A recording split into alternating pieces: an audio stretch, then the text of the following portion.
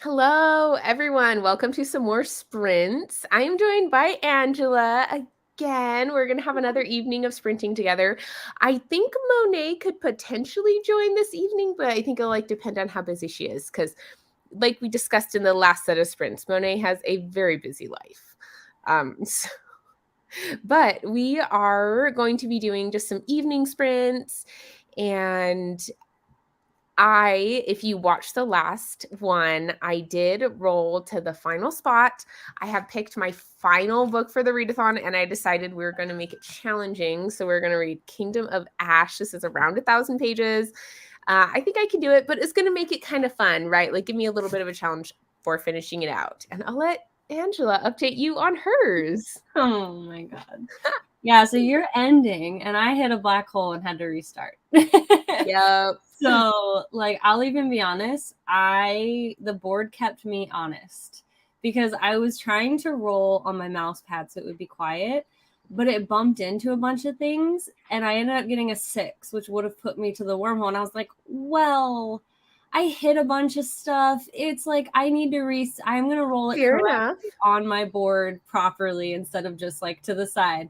I got another 6. So no, I meant that. It's like I meant that. You needed that wormhole. So yeah, I went back. Oh, that's so funny. I went back and I read this one for the first one, Warrior Girl Unearthed by Anton Foley.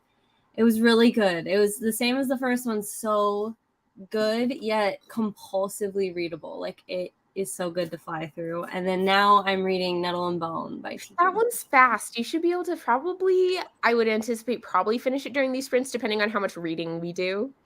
I know. So. I know. I think the cover with all the art is so pretty. I love it. I know. Kingfisher. I really enjoy that book, so I hope you really like it too. Okay. Who is here? Hello, welcome. Just about to your 6th roll. Oh, wow. That means you've already read 5 books. What? See, these readathons are really good for pushing you to read a lot. I love them. Good luck. If you're on 6, you probably, stayed up all night. Probably. I hope it goes well for you. Nope, you haven't commented again yet. So we'll see. No black holes. I've already read 4 books and finally made it past the first black hole, not even the second Megan. Oh my gosh. I am so sorry. It's a little bit of a mess. You've got this. I feel the pain. Right. I feel like one of them, I seriously read 13 books. It was crazy. I need to go look because I think 13 is my max, but I should check it out. Proper sprint. You're going to be able to be here for the whole thing, I'm assuming then. Good. I'm so glad. I hope your reading goes well. We might chat a lot, though. Not going to lie. It happens. Oh, hey, I read it too. Look at us. I'm so happy. That's so sweet. I'm glad that you thought it was adorable and had a good time. I just think it's precious. It's just cute, right? You just have these cute little tea dragons who are feisty and the people taking care. I'm like, oh my goodness. Was that the first time you read it too? Yeah, I've owned it for years and I haven't read it. How is that possible? Because it's a graphic novel. Oh my God. I'm so happy I've influenced 2 people to read it. I know. In one go. Look at you. So cute. Is Kingdom of... Yes. Yes, it is on my massive TBR. It was actually chosen for me by the Wormhole Jar. So it will knock off one of the 19 books that I have on my TBR for this month. So I feel good about it, especially because I think this one might technically be the longest one, page count wise.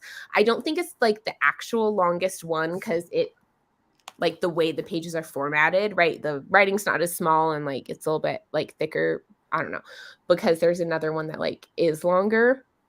But yes, it is on there, and it's one of the longest ones on there. So I feel like this will be quite an accomplishment. Finished my first book, got a manga for the second. Nice. Hit the last black hole. I'm honestly, I don't know if anybody else with the black holes are doing this, but I'm just going to take this as less of a 48-hour and more of a how long you need to take to finish the board. Yeah, I think that's a good way to look at it because it's not like you lost. It's just you extended, right? We're here to have a good time. Exactly. Plus, then it's kind of fun and a little less pressure too. Once you've kind of accepted that it's not happening in 48 hours, you're like, it's fine. I'll just do it at my own pace. Hello, welcome. I'm so glad you could join back at the beginning with my black hole book. Yeah. I am very sorry, but your profile picture is quite beautiful. Just saying, it like gives me like Evermore vibes. So It's because you put 2 black holes on this mini board. I did put 2 black holes on this mini board, which it seems like it is more than my other one, but my other one has like 5 wormholes or something too. So Yeah. The thing is, though, I practiced with it before I decided this is what I wanted it to be. I did like 30 runs of like how many books would I get with this? And in general, the average was about 4. Mm-hmm. So I was like, this looks pretty good because I mean, in theory, you can have an unlimited number of books, but it averaged out to around 4 because there were a couple times when I got there in like 3 books. And then like there were a couple times where it took me like 7 or 8, but I think like 4 was pretty common to be like the median, right? But I think like 5 was probably the average if I averaged it out. So wait, I realize I've been using those words interchangeably. Is it a wormhole or a black hole? These are both black holes. Black holes. Okay. Yeah, Yeah. you're right. Make sure. On the other board, it matters. On this one, it doesn't. You go back to the beginning no matter what, which is fun. Oh, well, yes, wedding planning does come first. I mean, my feelings are not hurt if you do put that in front of the readathon. So, yes, I think week long is actually really good if you're not able to like commit the full 48 hours to it. I think making it a week long thing is probably about perfect for a lot of people where like it's challenging, but still actually doable. Yeah, I was already in bed last night when you did your next Instagram update. And I was like, wow, she's I think most people probably were. I wish I had time to visually, but still reading. I'm an hour away from finishing my first. Nice. I think that's fair enough. I mean, I feel like it's really hard to like line up your schedule to make it work. I obviously plan mine when I schedule these, but like for my everyday ones, I feel like when like Becca does her book-oplathon, I don't really have all the time to be able to join for the whole thing, so I get it. Ooh, okay, let's bust through a few more. 35 pages left in Sunreach.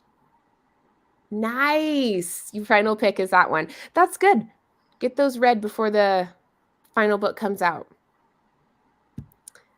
Still in the second book, hoping to finish the sprint. Nice. 3 were manga. Nice. That's really nice that you were able to fit 3 manga on there. That makes it much more doable. 600 more pages to read a 900-page book. See, me and you. We've got this. My second was a continuation. I read Crimson River. Third roll was a moon. Got to treat your shelf. And I'm reading Reckless. Nice. I like the treat yourself one. What is that, buying something or what's treat yourself? Mm-hmm. That's what I thought. Okay. Gotcha. Yeah, you can buy yourself a book. Or in like if it's the middle of the night, right? And I'm obviously not going to buy myself a book at that time or something. Sometimes what I'll do is I'll just like go my most recent book that I purchased and count that one. Just if it like conveniently is not really going to work out. It works better for my like longer game. 30% into A Tale of Two Cities and A-list driving. I'm sorry. She's apparently not going to let you read. That was one of those that I read in high school, but I didn't read. A Tale of Two Cities. You know, I've never read it, even though I do like know what the book kind of is. But I feel like whenever I think of that book, I think of that episode in Friends when he's like auditioning for the musical A Tale of Two Cities. And he's like, yeah. I think I'm going to sing New York, New York, and I left my heart in San Francisco. And they're like, I don't think you get to pick the cities. He was so confused. He was like, why not? It was really cute. 3 books in a day. I would be feeling better if I read 3 books in a day. Oh. That's impressive because I know you have little ones. Just finished my first book. Nice. Oh, here we are. It wasn't big. I was just a bit slumpy, but I'm back on the flow for reading. Good. Join us with our reading in this one. We're going to get a lot done. Continue next week. Yeah, that's true. It's nice to just pick one book instead of like a big old TBR. 2 Hey, down. I Nice. love that feeling. Sometimes I'll get in these modes where I have so many books that I've started, and I'll spend like a week or a weekend just trying to power through them all, and it feels so good. It does. You're like, accomplishment. Yes, thank you. I love it when people get my friends' references. I use them so much, and I feel like people look at me like I'm so weird all the time. I'm like, See, that's me with New Girl. I quote New Girl constantly, specifically Schmidt, and no one ever gets my reference. I know. I feel like whenever someone doesn't get my references, I have to like text my sister, and she'll totally get it. Like, hey, did you miss this really funny thing I just said? I just like send her the quote, and she knows exactly what it's from. I love Every time. Oh my gosh, one time she just, like, texted me a picture, and she was in a store somewhere, and there was a packet of something called tartlets, and I was like, "Ah." Oh, and if you've watched Wait, Friends, it wait. reminds you of the episode where Monica is cooking dinner, and the dude she's cooking it for, like, as an audition to be a chef, he shows up high, and she's making Oh, the tartlets. He's like, "Tartlet, yeah. tartlet, tartlet." The word has lost all meaning. That's funny. I recently rewatched it too, but man, they're not sticking as well. Oh gosh, I can quote like everything. I'm obsessed with that TV show. It's so bad. It's like my comfort show. So it's like my go-to when I like just don't when I'm just like too stressed to watch anything, I'll just turn that on and it is like just chill because I always know what happens, you know. Yeah. Did you ever watch Schitt's Creek?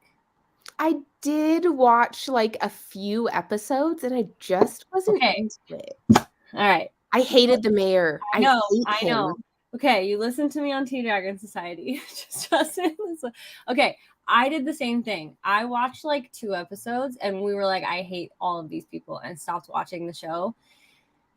It becomes one of the greatest shows of all time because the characters, you get to know them, and even though some of them are insufferable, like there's a reason, and but they're so kind. Like they take care of this family when all of their rich friends didn't, and like they get to know the town, and then they meet all these different people, and you get to watch all of their relationships with each other progress. And like season 3, a character comes in that like from here on out it's just purely uphill incredibleness. Like honestly, if you can handle people being like, it's a PG way to say the V word, like sassy with each other.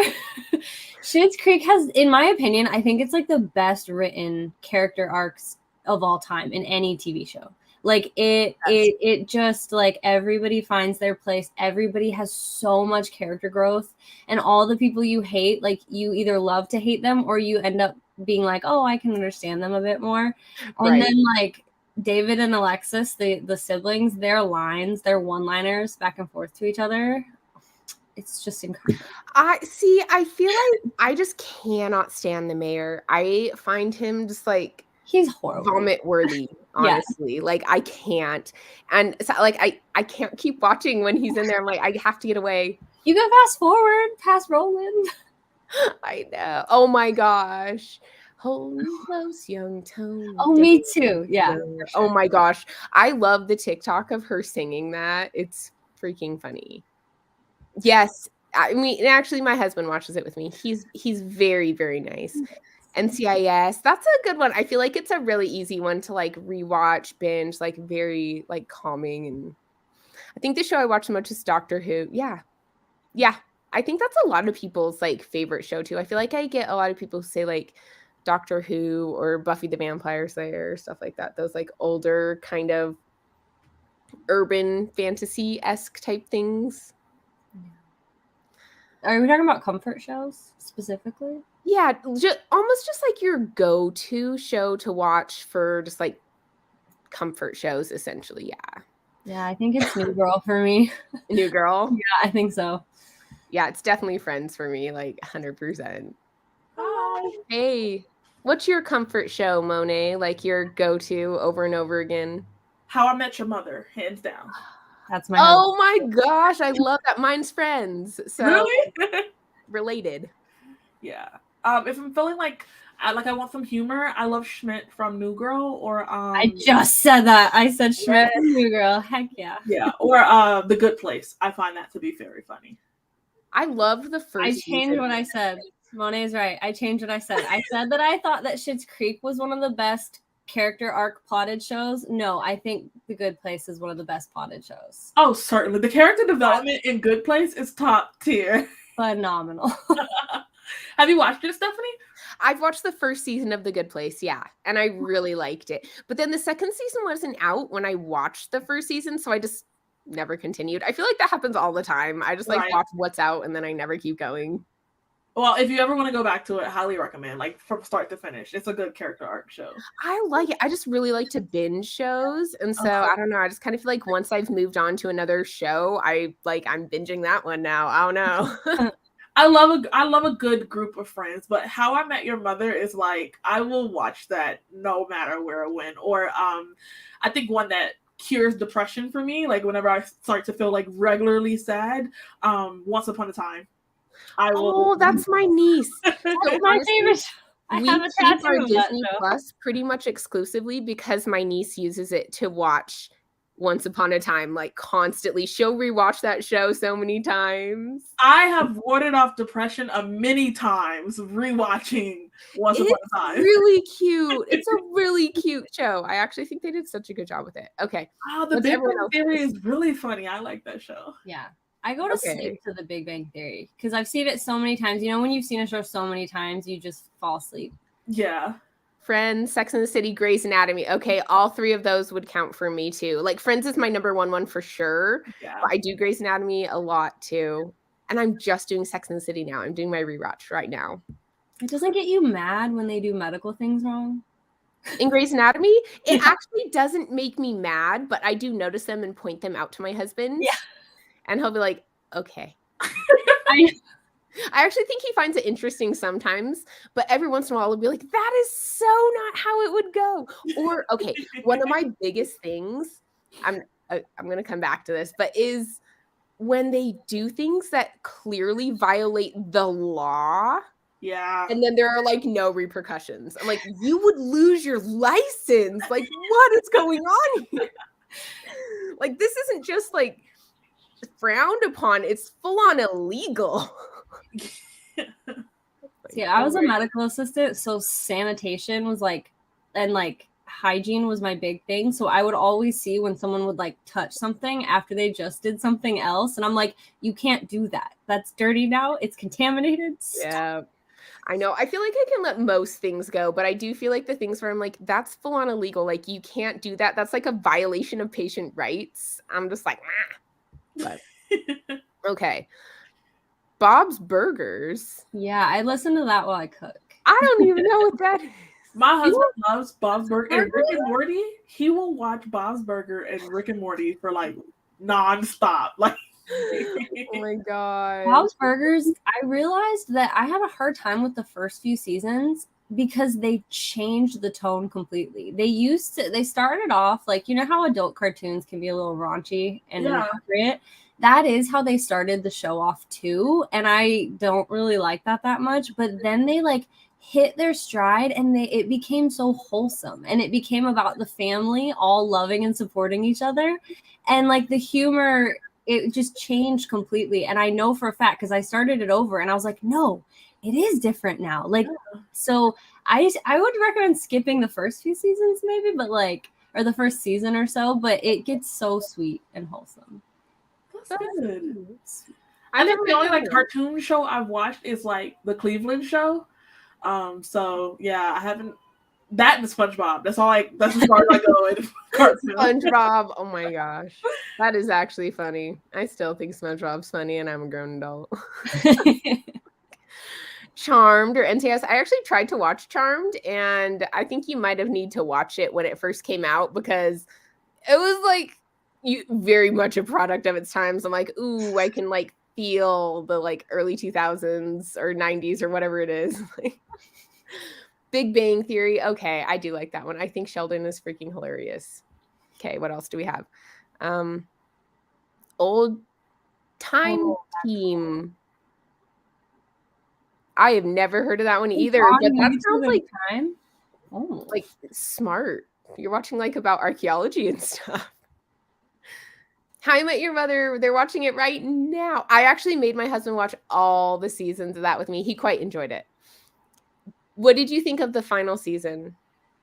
Me? I clicked it because like I love the show enough to like not hate it, but also I was just like, from beginning to end, this was a bit dramatic to come to like this conclusion. So I agree. I feel like the final season was done so poorly for how much I enjoyed the rest of the show. Like, I was like, you guys could have done so much better. This is just like, didn't, yeah.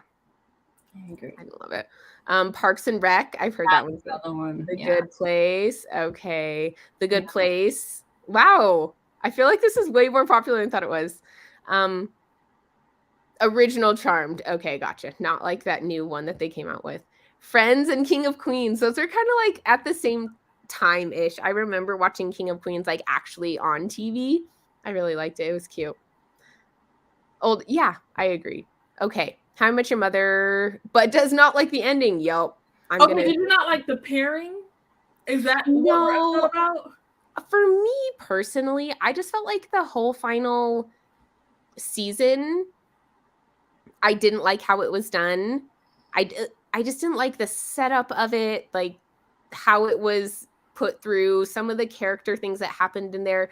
Plus, I didn't like how it felt like the entire season was pointless because of like the last episode. You're like, we just spent a whole season on this, and now you're just like, boop, pointless, all done. You're like, oh, okay, I guess moving on. So I don't know. I don't know. I just like, I love the show, but I just wish it would have been like a better ending. Bewitched or I Love Lucy. Oh, that's cute. I think what bothered me is like the title of the show and like the journey literally being about like how he met his kid's mother. And then I feel like you gave the show a whole different like theme. Yeah. Because it really wasn't about how he met their mother. It was about how he like was on this long journey to like end up with a particular person. And I was just like, you guys just switched the whole like pinnacle of the show by doing this. I thought their mother was so cool. I did, and I was like, you guys, I loved her. So many seasons to get here, and then it's like, oh, by the way, this was not what this show was about this entire time. I thought she was perfect for Ted. Yeah. Oh my gosh, that was like the best couple. They were so cute. Yeah, I agree. Yeah. I mean, like you just kind of have to recognize and not take it seriously. What else we got? Big Bang Theory. Yeah, okay. Big Bang Theory actually ends on a very beautiful note. I never watched the ending of it. I never got to the end. There were just way too many seasons. Wow. Murder, She Wrote. Oh, wow. Golden Girls. Oh, I've never seen an episode. Me neither. Now I feel like I need to. Burn Notice. Okay. Okay, what do we have here? Welcome. You finished Heir of Fire yesterday, so Queen of Shadows. Okay, I like it. Okay, I'm gonna ask a question because it's weird, but I love it. Can you tell me the show that stressed you out the most? Like heart palpitations, you're like on the edge of your seat. Like, what's your Prison Break or Breaking Bad type show that like made you the most stressed? I know this is going to be probably unpopular, but Yellowstone for me. I just feel like there was just so much contention from everywhere and so many people making these like insane decisions and so many people doing things that I was like, what are you doing? No, stop that. Okay. I don't know. But I don't watch a lot of those shows because they do cause me anxiety. And my husband is like, no. Squid Game was a stressful show, I will say. I think the most stressed I've been besides Prison Break is Money Heist. Money Heist had me like screaming at my TV because I was like so stressed out. Have you ever watched Severance on Apple TV? No, but should I? It's weird and stressful. It will stress you out and none of it makes any sense. I'm looking for a show to stress me out like It's that. Okay. I don't know Let why. me see. What it's does she have? weird. It's Louis. Blue. Oh, Bluey's Game. Supernatural. Okay. I loved Supernatural, actually. I thought it was so good. Game of Thrones. Okay, that's fair enough. Yeah, that Lost, Squid Game. Nobody's mentioned. I know these are miniseries, but my favorite shows of all time are all of the Mike Flanagan miniseries, like Haunting of Hill House, Haunting of Bly Manor, Midnight Mass. Like nobody knows. I know of them. I know who they are. Yeah, I don't do horror. I'm scary. So Oh, okay. I don't That's do my horror favorite. movies, but I actually do enjoy horror books. You liked Crimson Peak? I did like it, but it didn't feel super horror-y. It's more gothic. Yeah, it was more gothic. But I don't know if miniseries counts because there's not going to be. I feel like I can do horror when it's like in that gothic way, but I don't like scary movies, right? Yeah. Like The Hills Have Eyes or things like that. Like I'm not, or The Ring or whatever, those ones that are just meant to scare you. Gotcha. Yeah. You know what I find to be a horror, even though it's not, but like it's just the reality of it scares me. The Handmaid's Tale. Oh, like yeah. I'm so terrified of that as a reality that like it's almost like horror. I get the same feelings when I watch Right? that. It is horror, you know? It's crazy. I read the book and I was like, wow. It The next unsettles me so deeply, like deeply bothered. Yeah. Nope. The It's next so cool. Mike Flanagan, the next Mike Flanagan is going to have Mark Hamill in it. Really?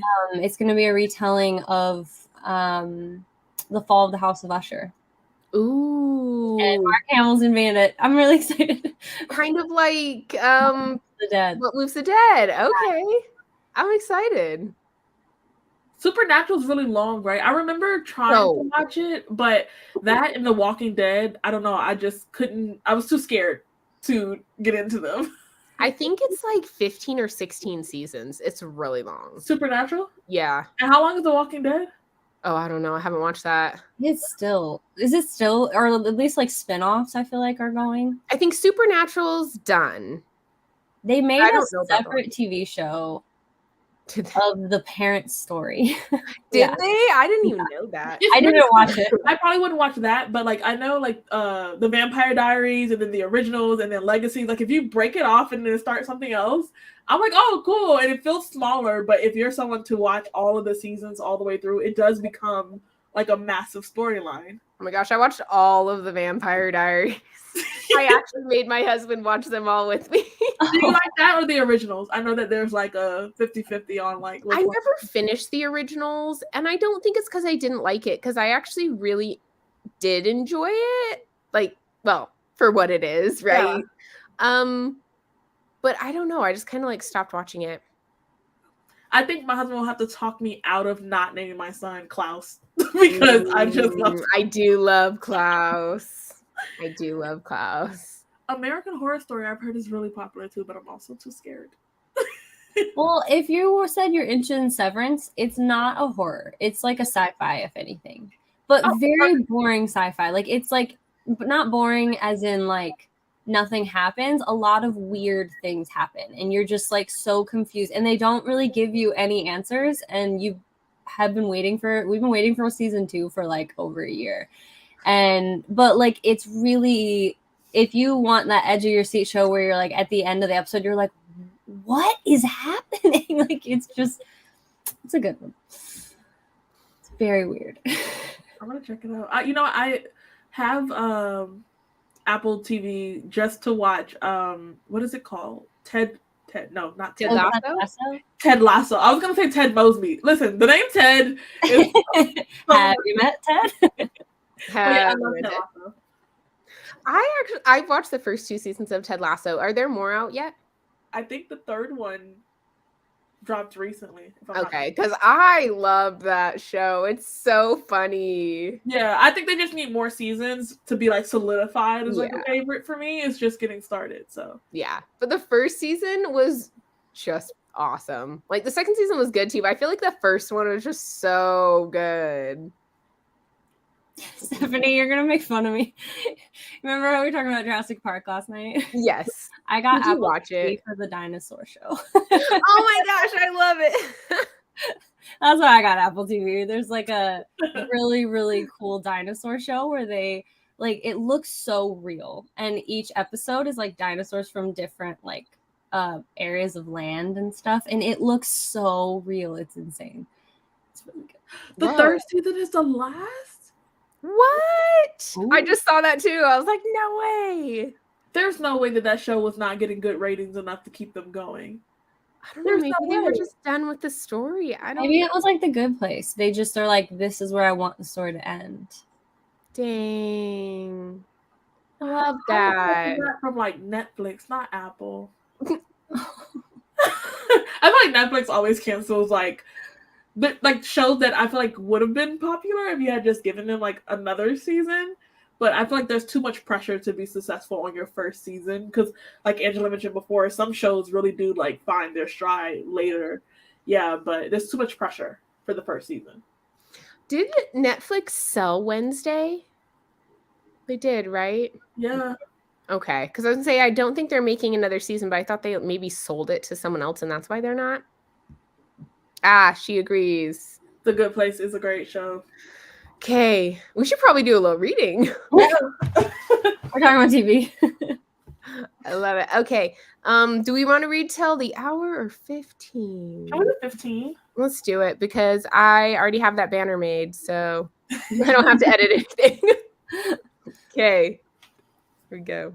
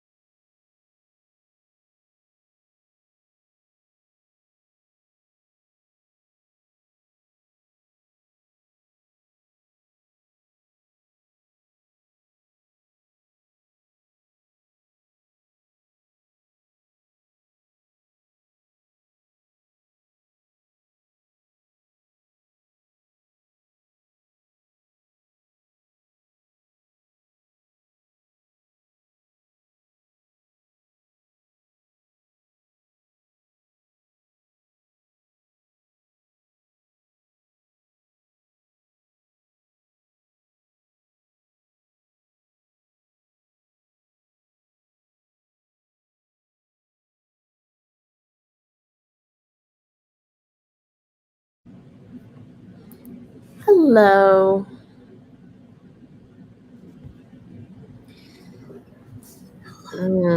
So I went off for a little bit because my husband is going to a wedding reception for some friends of his. And so I just talked to him before he went a little bit. Yeah. It's good. How are you liking Nettle and Bone so far? I like it. It's good. I am 70 pages in, so the quest is just starting. She just did the first task or is working on it right now.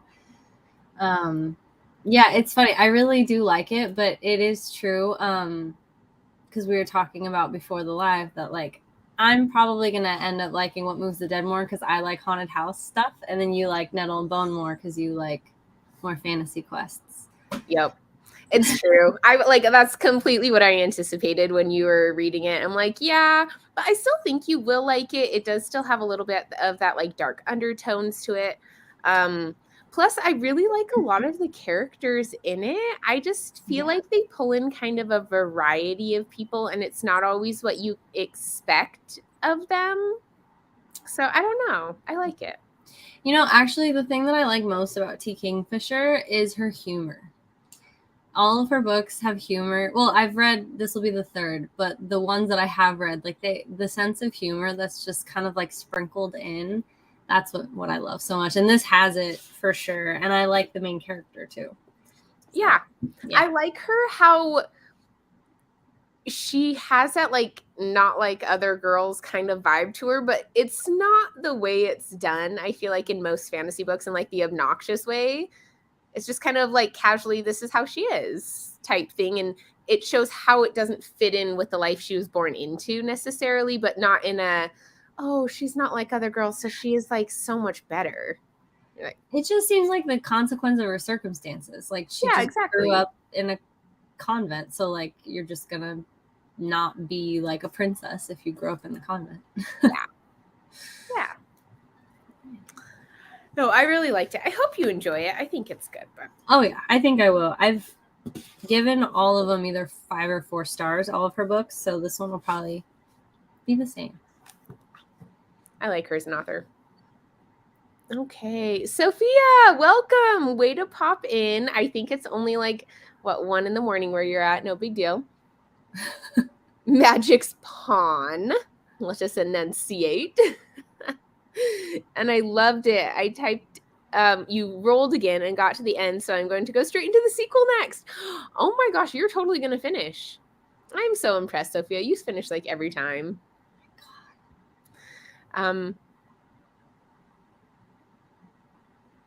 Oh, chatting with your mom. That's fun. That's cute. I'm here until I fall asleep. Finish my first, oh my gosh, you're going to attempt a second run tomorrow. It finishes at 5 p.m. My time. I guess I don't know where you're at, so it could be different depending on where you are. Nice. The Only Survivor. I don't think I've heard of it. 30 pages left and I can get off start. I'm sorry. It is the worst. I'll give you that. 74 pages. Holy cow. Audiobook for Fourth Wing. Do you like it? We were talking about the audiobook for Fourth Wing in the last one, so. Monet, that look like that's what you're reading right now. I am reading Fourth Wing, yeah. Are you liking it so far? You know what? I actually do. Nice. Yeah. It has this, I know it's a fantasy romance, but the writing style and the narration feels like early 2000s paranormal romance. Oh my gosh. Yeah, so it's a vibe because I definitely love paranormal romances, but just the sarcasm and the way that she's talking through her POV, it's reminding me of every early vampire demon slayer book I've read, so I like it. Oh my gosh, did anyone else read? Oh my gosh, who was that author? She was super young and wrote a bunch of paranormal romances. Was it Amelia Atwater Rhodes? Is that what her name was? I need to Google this now. I love a good classic like paranormal romance. I was in my era when I read those. Yes, it is Amelia Atwater Rhodes. Okay, so she wrote the books like Demon in My View, Shattered Mirror, In the Forest of the Night, Hawk Song. Did you guys ever read any of those? No, but they are so popular, especially Hawk Song. Hawk Song, yes, I loved that book growing up. I think I read it first in elementary school, and I seriously reread that book like a million times. I read a lot of Sherilyn Kenyon, Karen Marie Moning. Oh yes, I remember that series, the like Dark Fever one, right? Oh, I love the Fever books. They're so problematic. I cannot in good conscience tell you to read them. I mean, toxic masculinity all throughout the entire series, but gosh, they're so fun and like nostalgic for me, and especially because like our main character Mac, she's like this like legally blonde like beach girl from Georgia, and like she ends up in Dublin, Ireland, and so she's the hero of the story, but she has to like, in terms of her character development, like she goes from wearing like long nails and makeup and Velcro suits, like which were popular back then, and then she turns like literally Buffy throughout the entire series. So I think it's so fun. That does sound fun. That's not what I was picturing when I see like the cover of those books. That is not what I pictured at all. Yeah, I'm surprised that she was able to stretch it into like 12 books. But she's starting another series, which I'm like, wow. Those series started in like 2005 and they ran until like 2021. A lot of paranormal romance authors are still writing those series. Like the fan base is still massive for the people who read those books. I know. I accidentally bought a book at the bookstore once because I really liked the cover. And then my husband is like, oh, it has to do with like languages because he really likes like looking at origins and languages, all that jazz. And so I bought it. I was like, great. No, I looked at it. It's like book number 30 in a paranormal romance series or something. I'm like, oh, my bad. You know who has a really long, it's not a paranormal romance, but it is a paranormal series. The author of what's the black book? Middle Game? Oh yeah, the October Day. Like she's been writing that book since like 2008. Like there's like 17 there's books. so many of them. Because like the most recent one in the bookstore, I'm like, dang, that's like book 16 or something. I don't know. Those are like faithful consumers. And it's ironic because you don't see them in like the bookish community because they're not advertised. But those authors, those paranormal romance authors, are doing numbers without needing like Book Talk and BookTube and Instagram. Like when they hit the shelves, people are just buying them for comfort. It's like Nora Roberts too. You like see her books a lot, but no one ever really talks about them anywhere on the internet, I feel like. But she's like one of the best-selling authors ever.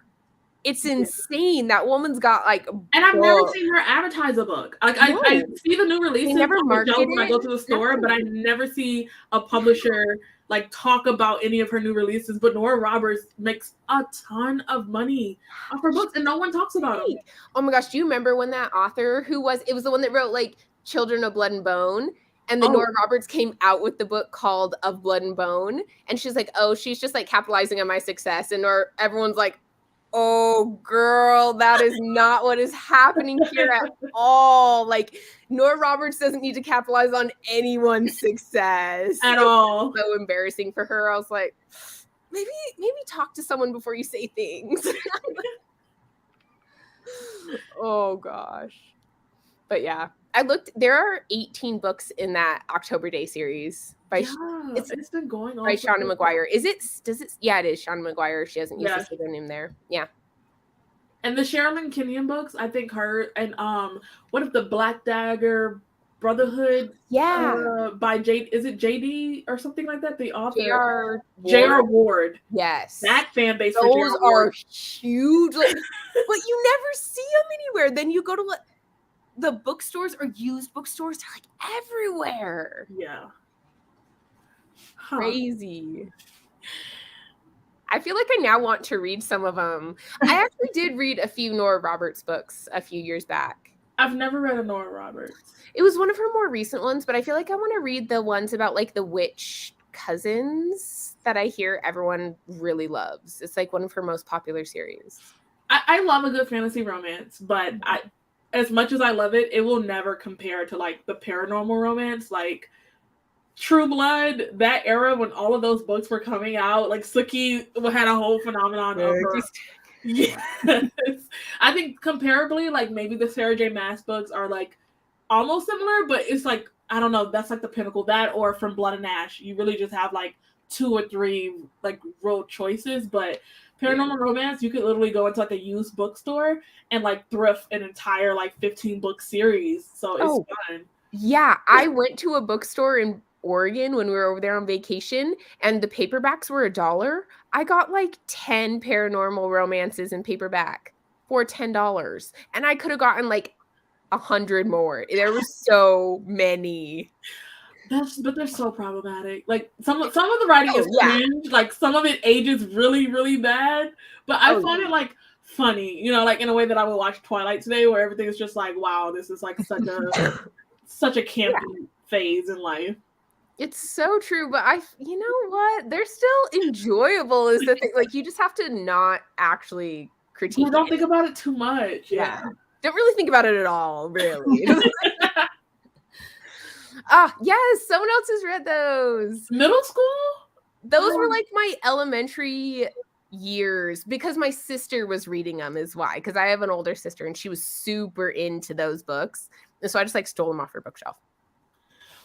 I never read the Jenny Frost, the Halfway to the Grave series. I've never read them, but she was really... Alona Andrews is a paranormal romance author that still writes a lot. Like, Alona has a lot of books, but Halfway to the Grave, I think, was like the pinnacle. I've seen someone reading that one. It like has that really corny cover. Like she's standing there in the real tight pants with like the knife or something like that. Yeah.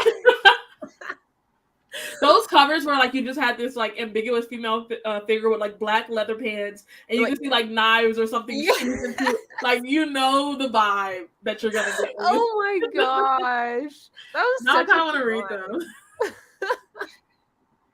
That was such a time for literature.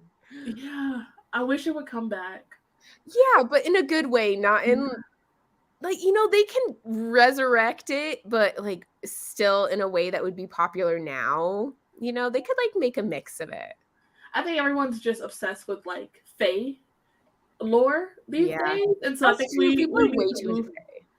There's so many books about faes. Like, I understand, but also like at least during the vampire hype, we also had like werewolves and like what are the shift changers or change shifters? Yeah.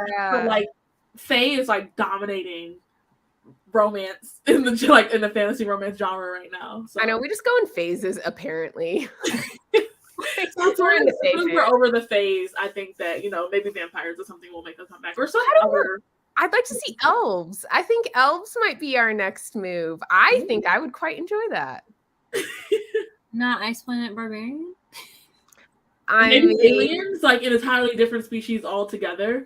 That's what Angela and I were talking about. Or like we should just read Ice Planet Barbarian. I'm gonna read it with her on a live sprint together, just like in the moment reactions to this.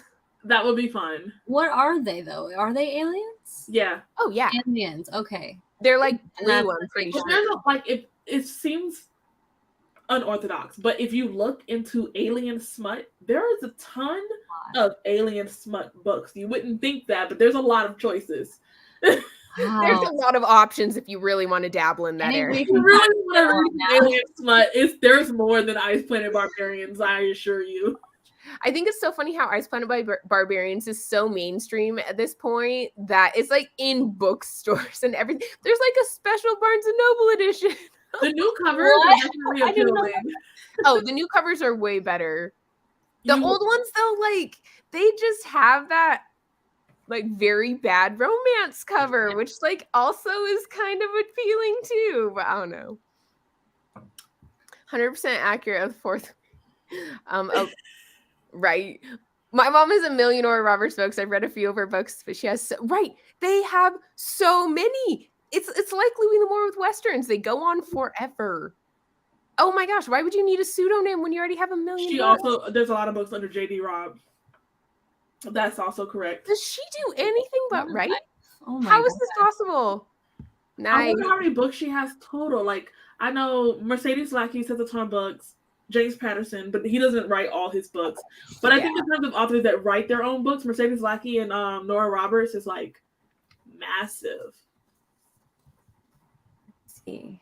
Okay, how many books has she written? I'm looking up too. She is an author of more than 225 novels. Nora Roberts writes an insane amount of books. She is also published under J.D. Robb, Jill March, and Sarah Hardesty. Yep. She has 3 like pseudonyms. 225 novels? And I don't recall ever hearing about someone ghostwriting for her. Like, she's written all of them. I've never heard of that either. She's written them all. That is a feat. That's amazing. Like, that is, how many books a year do you got to do to be able to pull that off? I'm gonna like, I mean, Stephen King, isn't he over 100? I think so. Yeah, but 225, actually, Stephen King has like, I feel like he takes a lot more effort, and it would take a lot more effort to write some of his books because he does do a lot of research into some of them. So, but they can't be bad, or else there wouldn't be this many being published. So Nora Roberts has to be a decent writer, right? But I think a lot of it is like the research amount that goes into it. Because I mean, when he wrote 1120, like whatever the one he wrote about John F. Kennedy, there was a lot of research that went into that one to learn about the backstory of the guy who killed him and all that stuff. So I just can't imagine writing them that quickly with that much time. Yeah. Okay. It would, if she wrote 5 a year, it would take her 45 years to write that many. Maybe write more than 5 books a year. Yeah. She has a lot of books. She's writing like a book every couple months. And I pride myself on like, oh, I've read every book that this author's written, and they have like 8. And I feel like that's me when I'm like, I'm going to read all of Brandon Sanderson. But I can't imagine someone saying like, oh, I've read every single book Nora Roberts has put out. Like, the time that would take. Interesting. How much King wrote. I mean, it does help you. Like, it's a stimulant. It keeps you awake. So, I mean, but like you said, I don't know if that helps or hinders. The editing might be a little bit intense on those types of books. Honestly, have you read some of them? I don't know that there's a lot of editing. You know what's funny? This month on my TBR, I have to read Hamnet. So I'm talking to my friends, my bookish friends, and one of my friends is like, "Oh, he died of syphilis." And in my mind, I know a lot of like historical facts, and so I know that it takes at least 30 years to die of syphilis. It's something that like 15 years will go by before you even start to see symptoms. And so then we have this like conspiracy-filled conversation about how much of his tragedy plays was actually like him just tripping off of like having syphilis and like slowly going mad. So yeah, no, that would make sense because I mean it messes with your brain. Yeah, and part of me is like maybe he was like slightly going insane from the syphilis, because I know it takes like 15 to 20 years to even know that you have it. Especially during like the 1500s, people had it their entire life and didn't know. Especially like the more severe symptoms, right? Like you can get like signs before that, but things that are like actually going to affect your health, right? Those are slow to develop. But especially because like by the time you get to the point where like the king has gone mad, it's like he's had syphilis for like you all should have been on this a while ago. Right? This is not new. So it was just like funny because you hear stories about kings or leaders going crazy or going mad, and you're just wondering like how many of those people really just kind of had untreated syphilis for a long time. Right? Oh my gosh. Sorry, the conversation took a dark turn. It's fine. We just went from paranormal romance to syphilis. No big deal. I mean, I can connect those dots. I get it. I can. I mean, historical fact. It takes a decade or two to see signs. Yeah, you're just die from that stuff. Oh my gosh. Maybe she does have a ghostwriter under an NDA, which there's so many, especially like James Patterson, right? He's very open on the fact that like he has ghostwriters, or sometimes he'll like publish a book under his name to help smaller, writers. So maybe. Yeah, he's very open about it. But the thing is, I feel like hasn't she said she doesn't? So I just kind of feel like you just wouldn't say anything, right? You wouldn't come out and say like you don't. Because then if people found out you did, then they're like, well, you full on lied. So.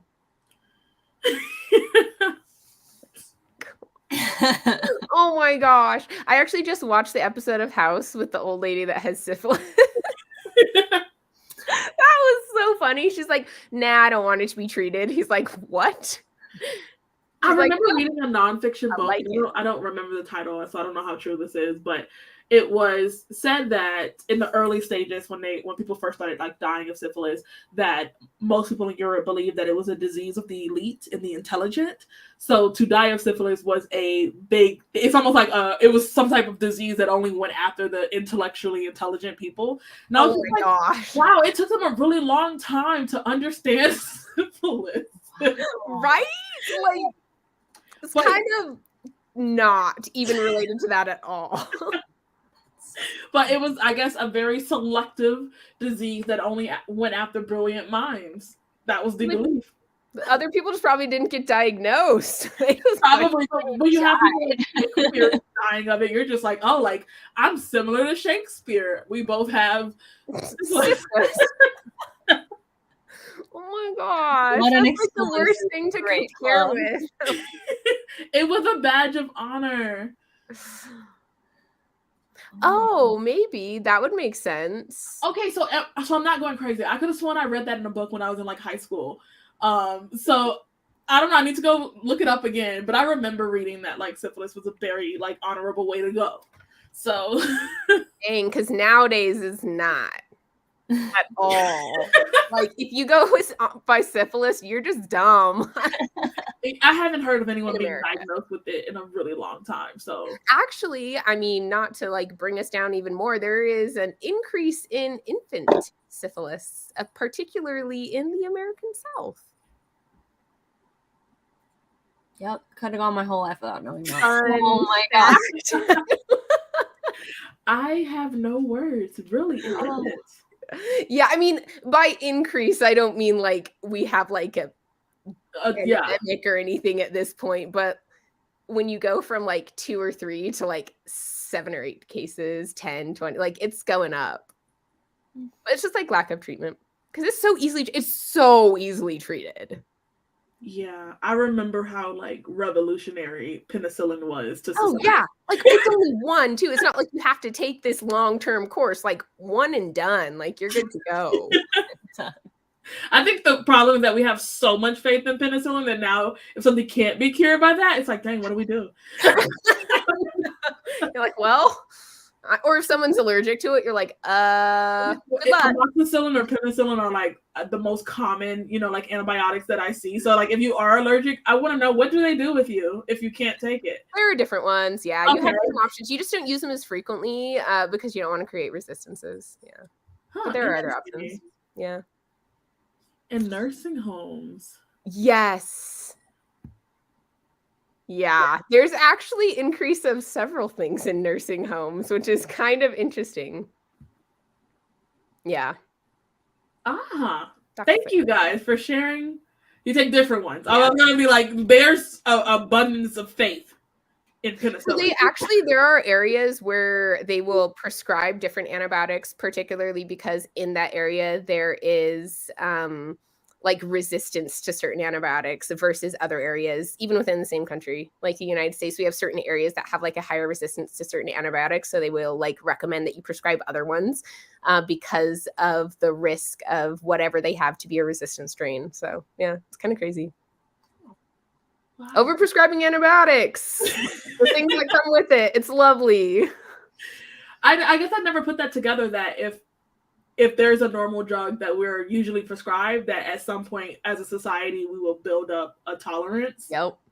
So then you guys have to like scramble to do something else. There are certain antibiotics that they will almost not let you prescribe. Like it has to go through like an infectious disease team almost, because they really, really, really, really do not want to get resistance to it, because it's like the last line at this point. You're like, nah.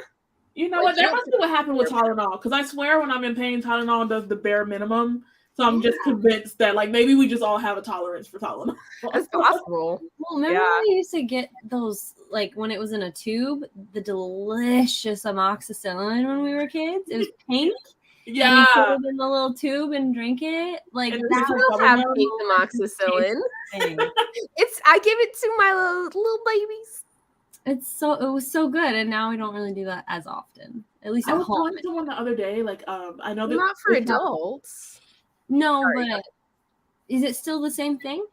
Yeah, it's you just don't give the liquids to adults because they can swallow pills and it's significantly cheaper. But do they give the liquids still to like outside of settings? Because I felt like anytime I had a cold, I'm like, there's no way I probably needed all those antibiotics. I felt like anytime I had a cold and I went to the doctor, they're like, here, antibiotics, take amoxicillin. And hence resistance. Exactly. I remember that, taking that little pink amoxicillin for like more than like almost every time I remember being sick, that amoxicillin. Literally every time. And now that we're adults, we're like, there's no way we needed that every time. No. You did not. I was gonna say that I know it's not very popular anymore, but I seen like a BC powder the other day, and I'm like, people used to take BC powders a lot, and I took it one time for a headache, and I never got another headache again. I don't know what's in the BC powder, but like literally never had another headache. But I don't think it's very healthy to take. So you're like, it worked. Yeah, it worked. I never felt a thing again. But also, like BC powder is one of the most disgusting flavors probably on this earth. It's a very nasty. It's like crushed aspirin, I believe a BC powder is, and so like it's about as nasty as you could imagine. Swallow it whole. I thought it was sugar. Well, that's what my mom told me to get me to take it, and so I just rude. And yeah, it was a very daunting, traumatizing experience. I'm sure it was. She's like, "Oh, it's like those little pixie sugar sticks that you like," and I'm like, "Oh, cool." And trust issues. Oh my gosh! I would never. I'd be like, absolute betrayal. Not eating nothing from you. Yeah. Oh. Yeah. That's yes. Strep throat. Grape flavored amoxicillin. I always had the bubblegum pink. I never had. They were always pink for us. Yeah. Bubblegum, yeah. Ear infections, yeah, you'll have to get those sometimes. You know, a lot of ear infection, you can just like watch and wait. I feel like that's something that's more new as well too. Like a lot of times they'll just resolve. Really, I did not know that. Yeah. Watch and wait, and if they don't get worse.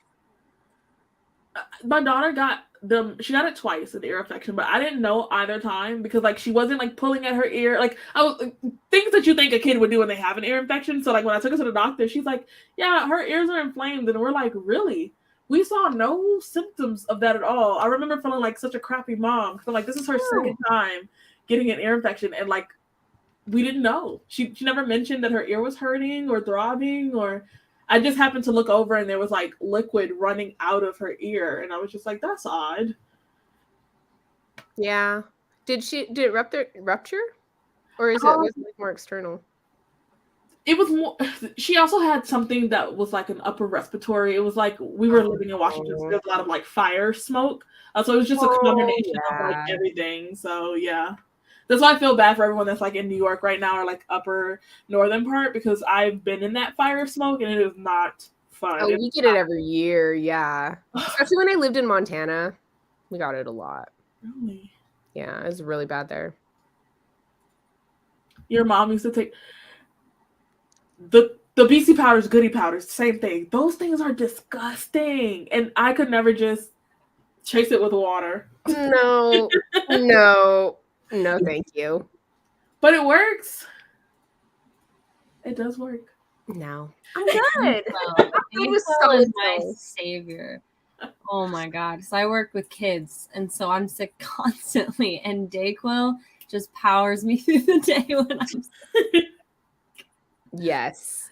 My husband took Dayquil today to go golfing at like 6 a.m. I'm like, honey, if you don't get better, this is on you. You're getting up at 6 a.m. to go golf. Like, I've never taken Dayquil or NyQuil. Oh, NyQuil's amazing. You know what works? Because after I start feeling a couple hours later, I start feeling sick again. And I realize every time I check the clock, 4 hours have passed. Really? Mine lasts for about like 8. So I can last for about a whole work day. Yeah. Wow. Mine's 4. Mine wears off at 4 hours, and then I need another dose. But that's okay because it's a 4-hour thing, so I can't. NyQuil's amazing though. Like, oh Do you my have gosh. to get the brand, or like, can I get a knockoff generic? No, I get knockoffs. You can get Really? knockoffs. Mm-hmm. Okay. Yeah, that's totally fine. But yeah, for night, it. You know how they advertise it as the best sleep you ever got with a cold medicine? That's legit what it is. But it's probably like the best sleep I ever got ever, even without a cold medicine. Like, it just knocks me out. It's amazing. I feel really stupid because I get Dayquil all the time and I don't ever take NyQuil. I should get NyQuil too. Why don't I have both? Dude, get NyQuil. It's beautiful. Like, you wake up and you're like, I feel like I've been like didn't sleep at all because like I don't even wake up. I don't really dream or like I'm just out. So it feels like you slept forever and no time at all. Like, it's the best. You just I feel want to take some and I'm not even asleep. Like, I'm not even like do it. I do it so like I'm okay, this is like an embarrassing thing to admit, but I'm very paranoid being home alone. And so when my husband is gone, sometimes like I sleep really, really poorly. And so if I have something big coming up the next day, like I had a test one time, I took NyQuil to just make myself sleep before my test. I'm like, I have to sleep. Like Yeah, I'm gonna have to try that. Yep. Combo, Dayquil, NyQuil. Dayquil in the morning, NyQuil at night. Boom. Never take I mean, you can do that. I usually do too. Like, my husband can't stand it because when I'm like under the weather, I just try to like just let my body take its natural course. And he's like, take medicine. And I'm like, it's only day number 12. It'll go away soon. Oh, I'm so sad. It's the best. I feel really bad for you. You'll never have that amazing I'm gonna buy some NyQuil. Not even sick, and I'm gonna do it. I love it. Okay, wow. We should probably do another reading sprint. Very educational. I learned a lot about antibiotics. Yeah, antibiotics are very interesting and very annoying. I work also in like the oncology department, so they get you have to really find the right antibiotic because they get lots of infections there. But okay, here we go. I extended this time because we talked for a long time.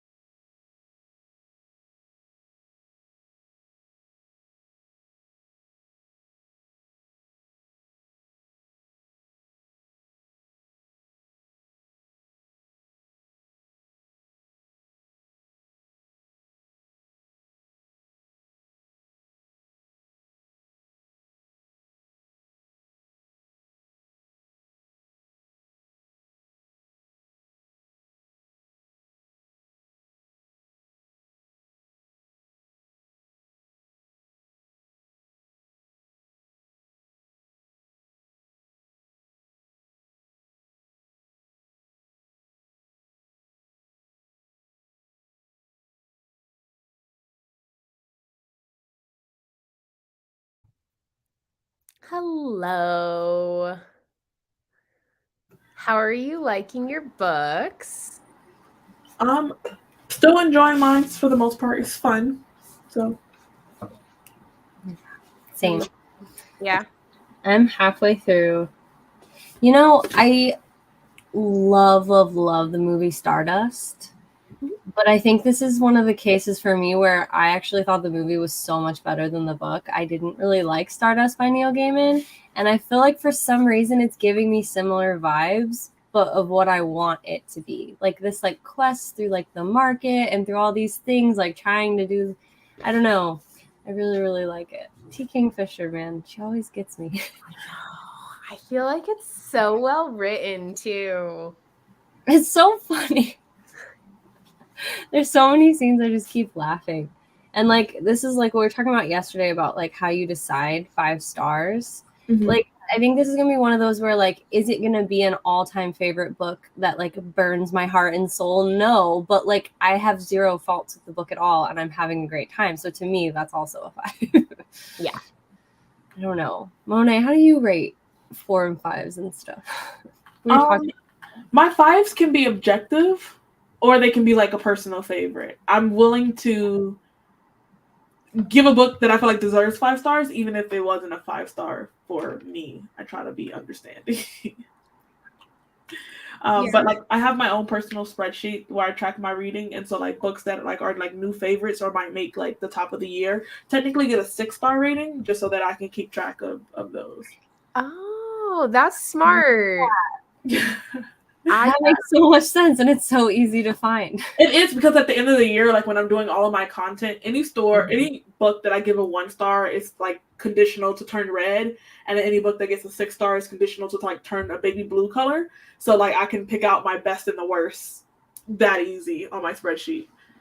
Which is probably really nice for you because you read so many books. I read a lot of books, and like usually I go through like the spreadsheet, and like when I'm doing my worst of the year, I'll see them, and like all the anger will come back, and I'm like, I should record.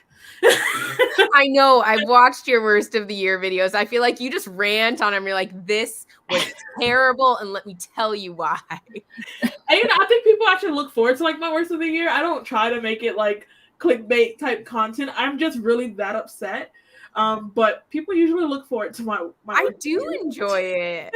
I feel like you get very passionate when you hate things, and it's kind of entertaining to watch. I do. I love it. Oh my gosh. Yeah, there's quite a few books that I'm like, technically there's nothing wrong with this story. I just didn't love it, but there's nothing wrong with it. So 5 stars, I guess. Like, you know. Yeah. Objective 5 stars, even if they don't make the emotional connection with you. I think that's fair. I think honestly, I have a few like that where I'm like, I would have been more connected to this in a different point, but I'm still gonna give it 5 stars because I know this is like a 5-star book. Yeah. How and many it takes good maturity to like you recognize it. Yeah. I would say around like minimum 150 a year. I read around 100 usually. Okay, yeah. Okay, Stephanie, you say immersion reading is how you do it. How do you do it? A combination. So like I typically always have a book that I'm reading on like my Kindle. And then I always have an audiobook, and I try to keep them different. So that helps me get through books quicker because I'm usually close to finishing either a physical or an or an audio. So like I have that little bit of like inspiration. So I try to start them at like different times, if that makes any sense. So you always have something in whatever format you want. Yeah. To read it in. Yeah. That makes sense. Get faster. I'm such a slow reader. There's too many books that I want to read too. Not enough time. Well, I mean, there is. You guys are able to do it. I read slower on my Kindle. There's something about e-reading that used to like just make me fall asleep until I got like the paper white. So like I guess the glossy screen helps me feel like it's more like a book. But whatever I'm reading on my ebook, it's going to be slow. That's what took me it took me 3 months to read Half a Soul on my Kindle because that's just the slowest format for me. And I feel like I'm different because most people are like, oh, I read so fast on like an electronic device, and not me. I read so slow. Okay, I have Half a Soul on my bookshelf. What did you give it? I haven't read it yet. 5? 5 stars. Oh, I'm excited. I have it too. It's just like sitting over there. And have you read it yet? Story.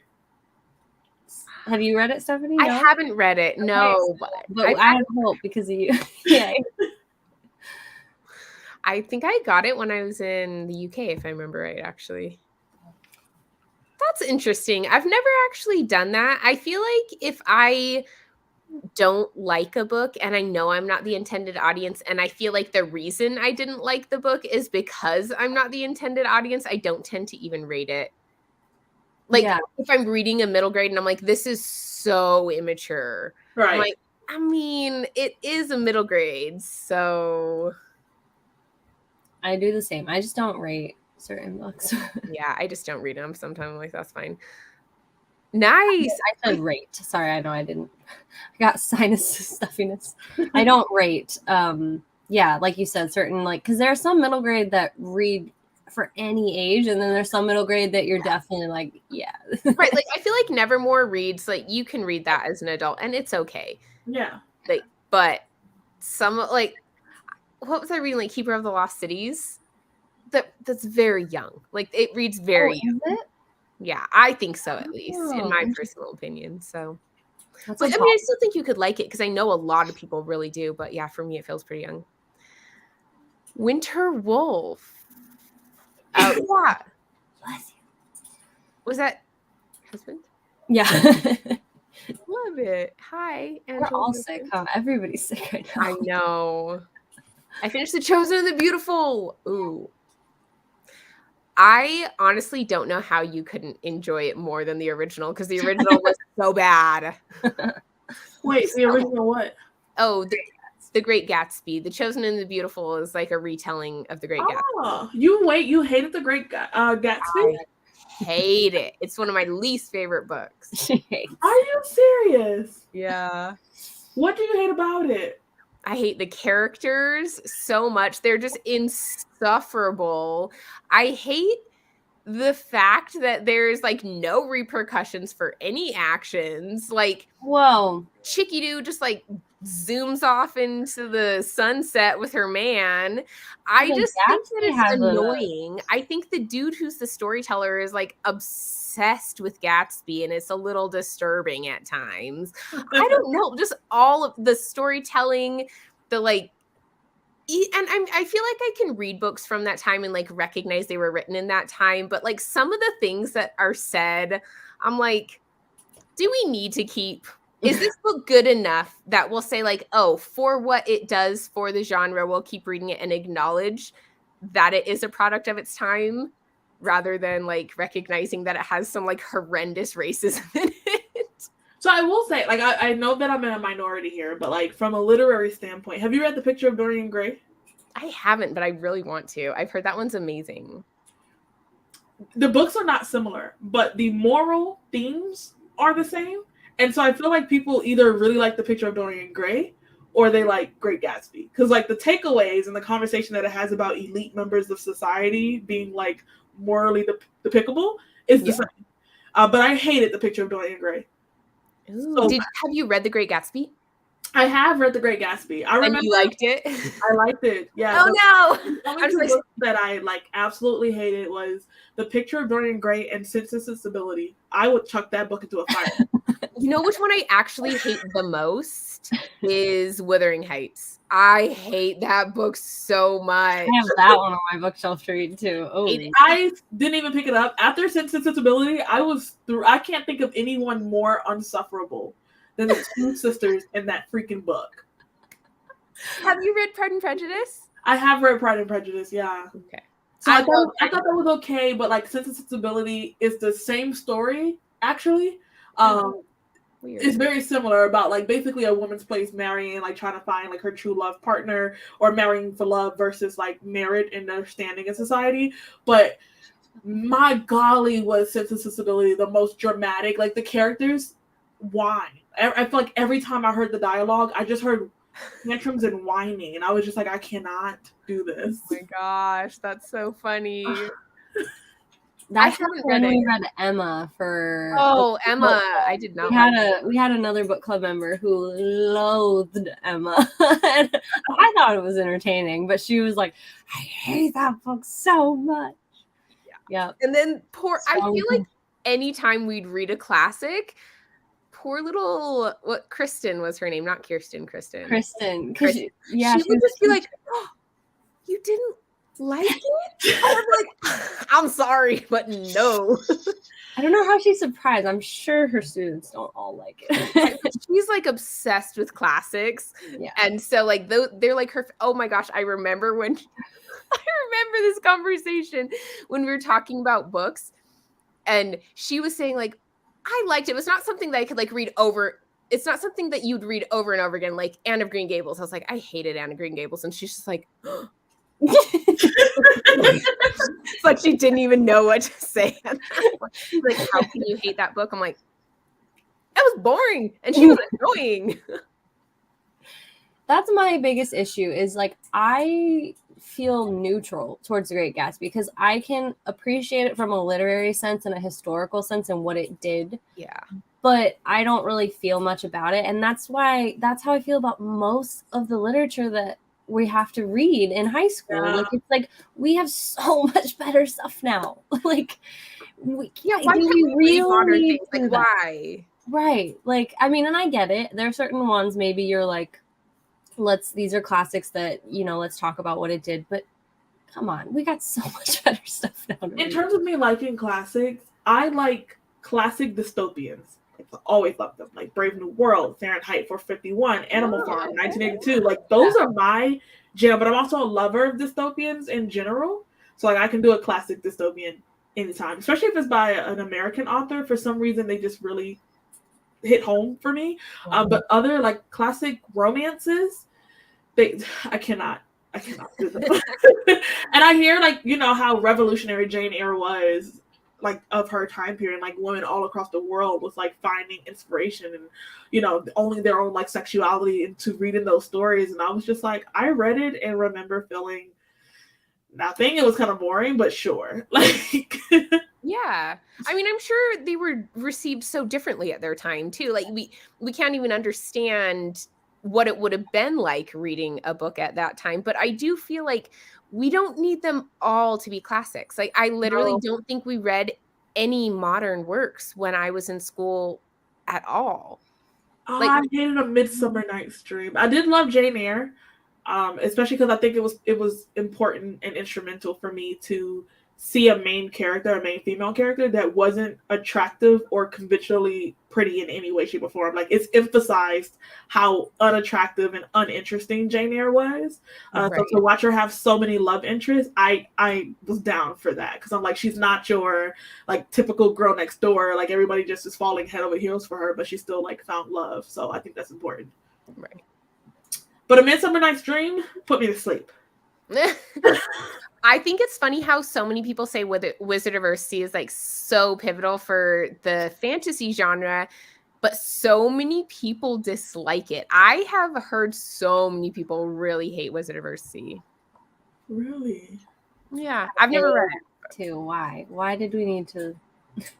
For Animal Farm, I was laughing maniacally. Like I was evil laughing throughout that. That is one of the most hilarious books. And ironically, I took a class on historical Russia and then modern Russia. So I took it was 2 different semesters. So I took a class on like basically learning the entire history of Russia from like Tsar Nicholas up to Putin. And then I read Animal Farm. And so I just had all the context in my head. And it was such a fun experience. I think the one book that I actually read like in 1 or 2 nights was One Flew Over the Cuckoo's Nest. That one I couldn't put down. Like it was just like I wanted to know where it was going. And there was so much commentary on like that at the time, especially like that was one of the few that I would actually read. But then you end up, if you do a good job and you read the whole book, you end up getting screwed because when you have to take quizzes throughout all the weeks, you're like, I already forgot. I read that weeks ago. Like, I promise I read it. But then I ended up not getting very good grades because I didn't remember. I actually remember liking several of the books that we had to read. Like, I love The Count of Monte Cristo. That is one of my favorite classics. I never read it. Oh my gosh, I love it. You guys read that in high school? That was isn't that long? It's long. We read the abridged version. So I read the abridged version in like a day, right? And then I went to my teacher and I'm like, oh my gosh, I love this book. And so she got me the unabridged version. And then I read that one like right after it. It was so good. I love that one. I really, really love Something Wicked This Way Comes by Ray Bradbury. Okay. I actually loved that one too. And we read one of the Sherlock Holmes. It was like The Hound of the Baskervilles. I'm like, I liked it. I thought it was fun. It wasn't like amazing, like earth-shattering, but like I actually thought it was pretty fun. It was quite enjoyable. So, but I also did not like Catcher in the Rye. That is another classic that I think is just absolutely horrible. I never read it. What's the point? Like, what is the point? He's just a whiny kid and it's so boring. Oh. It's about a kid? Yeah, he's just like walking around the city after leaving boarding school and like meeting up with, it's weird. Like, there's nothing that happens in that book and all he does is like whine. Yep. Huh. It's crazy. Okay. Cuckoo's Nest stuff. I mostly remember watching the movie after finishing the book, but the overall experience was good. I actually thought the movie adaptation was pretty darn good too. That was a good one. The acting was really good. Man, Nurse Ratched. Name a villain that's like so like self-righteous people, you know, where she's like she has a little bit of power over these men in at the time the mental institution. She's like the head nurse. She's got that little bit of power, and boy, does she wield it with like that sweet smile on her face, but with those eyes. Oh, man. It's an icon. The thing is, I've never read it or seen the movie, but I know exactly who you're talking about. I read Where the Red Fern Grows. Like, core memory just unlocked because it's been forever. But that was a very sad. That book, I think the first book that traumatized me was reading Hatchet in elementary. Yeah. Yes. I had the Terabithia. Oh my god. Oh, the ending. I don't want to say it, but that was a really sad book. I'm a child, people. Why are you making us read these things? And I haven't read Hatchet since like 4th grade, but I vividly remember some scenes, especially the one with the porcupine. And like him just getting like they just shot out, and I'm like, oh my goodness, I'm literally like 7 and 8 years old. And so yeah, but now I love trauma in my books. I love a little pain. It probably started with that. It's true. It's weird how when we're younger we're like, and now we're like, yes, give me more. Especially because like I remember just thinking and like feeling so bad for Oliver Twist. I'm like, this has got to be the poorest person that I've ever seen in my life. But now I love an orphan, especially in like a fantasy story. I love me an orphan in a fantasy story. But I remember just being like, oh, Oliver Twist is so dark and like twisted and like, no, there's no hope to be found in Oliver Twist. But now all the books that he's inspired since, I eat them up. I love an orphan. I love a poor orphan. So I cried in that book too. Dude, have you seen the movie of The Giver? Back to this. Yeah. I think I did. Oh, Taylor Swift is in that movie?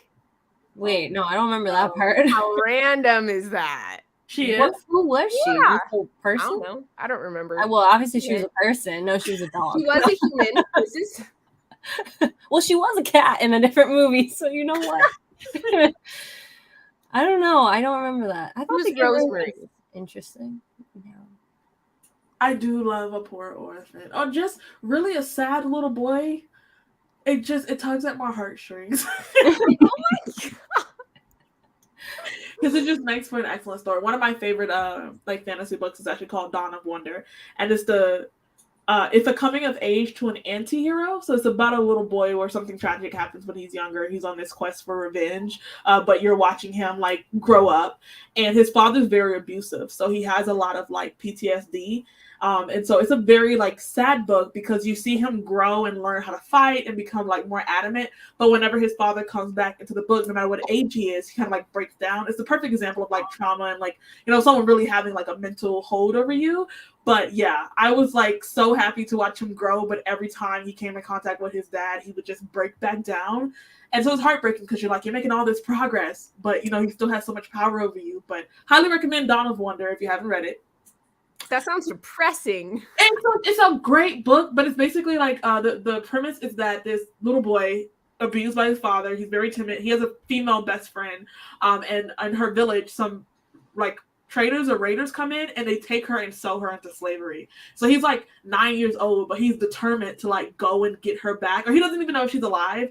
But in book 1, you're watching him like go to this academy and learn how to fight. He's gonna serve the kingdom, but at the end of the like in the back of his mind, he wants to go get revenge for his. Like I'm saying, it's a coming of age to an anti-hero because he's technically going to be a villain, but it's a villain origin story. It's a villain origin story. I like he's that. Such a wholesome little boy, so I love it so much. What is it? Dawn of what?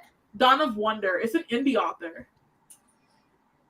Okay, I haven't read it and I'm not like in the fantasy realm, so I don't know if this is actually a bad series or a good series, but that reminds me of the Gentleman Bastard series. Is that something you guys have read? Scotland. Is that Lies of Lochlamora? Lies of Lochlamora. Like, aren't they all orphans and they all like have this like ragtag team that like have to do this like, I don't know if it's a heist. I thought it was about a heist, but I didn't know that they were orphans because I will pick that book up tomorrow. Aren't they orphans? I'm pretty sure. They're adults in part of it, so I'm not positive. I think it goes back and forth. Yeah. I picked it up and was reading it in the store, and I'm pretty sure they were all just kind of like young kid orphans, and then I'm sure it'll go to when they're older, but yeah. I'm gonna go read those now. I own all 3 of them.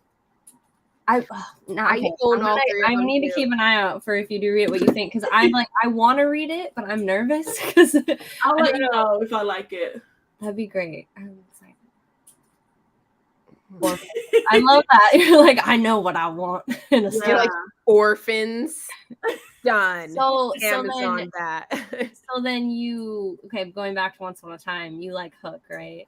I love Hook. Of course you love Hook. I was like, yay. My niece loves Hook. She wants to, if she has a son, she wants to name him Killian. Are you serious? That is so adorable. Yeah. That's a good name. You know, I've watched Once Upon a Time so much that like my knowledge of actual fairy tales is screwed now because like I see Peter Pan as evil. You know, like he's not good. Have you read Peter Pan? He's not good. I know, I just said you need to read a book.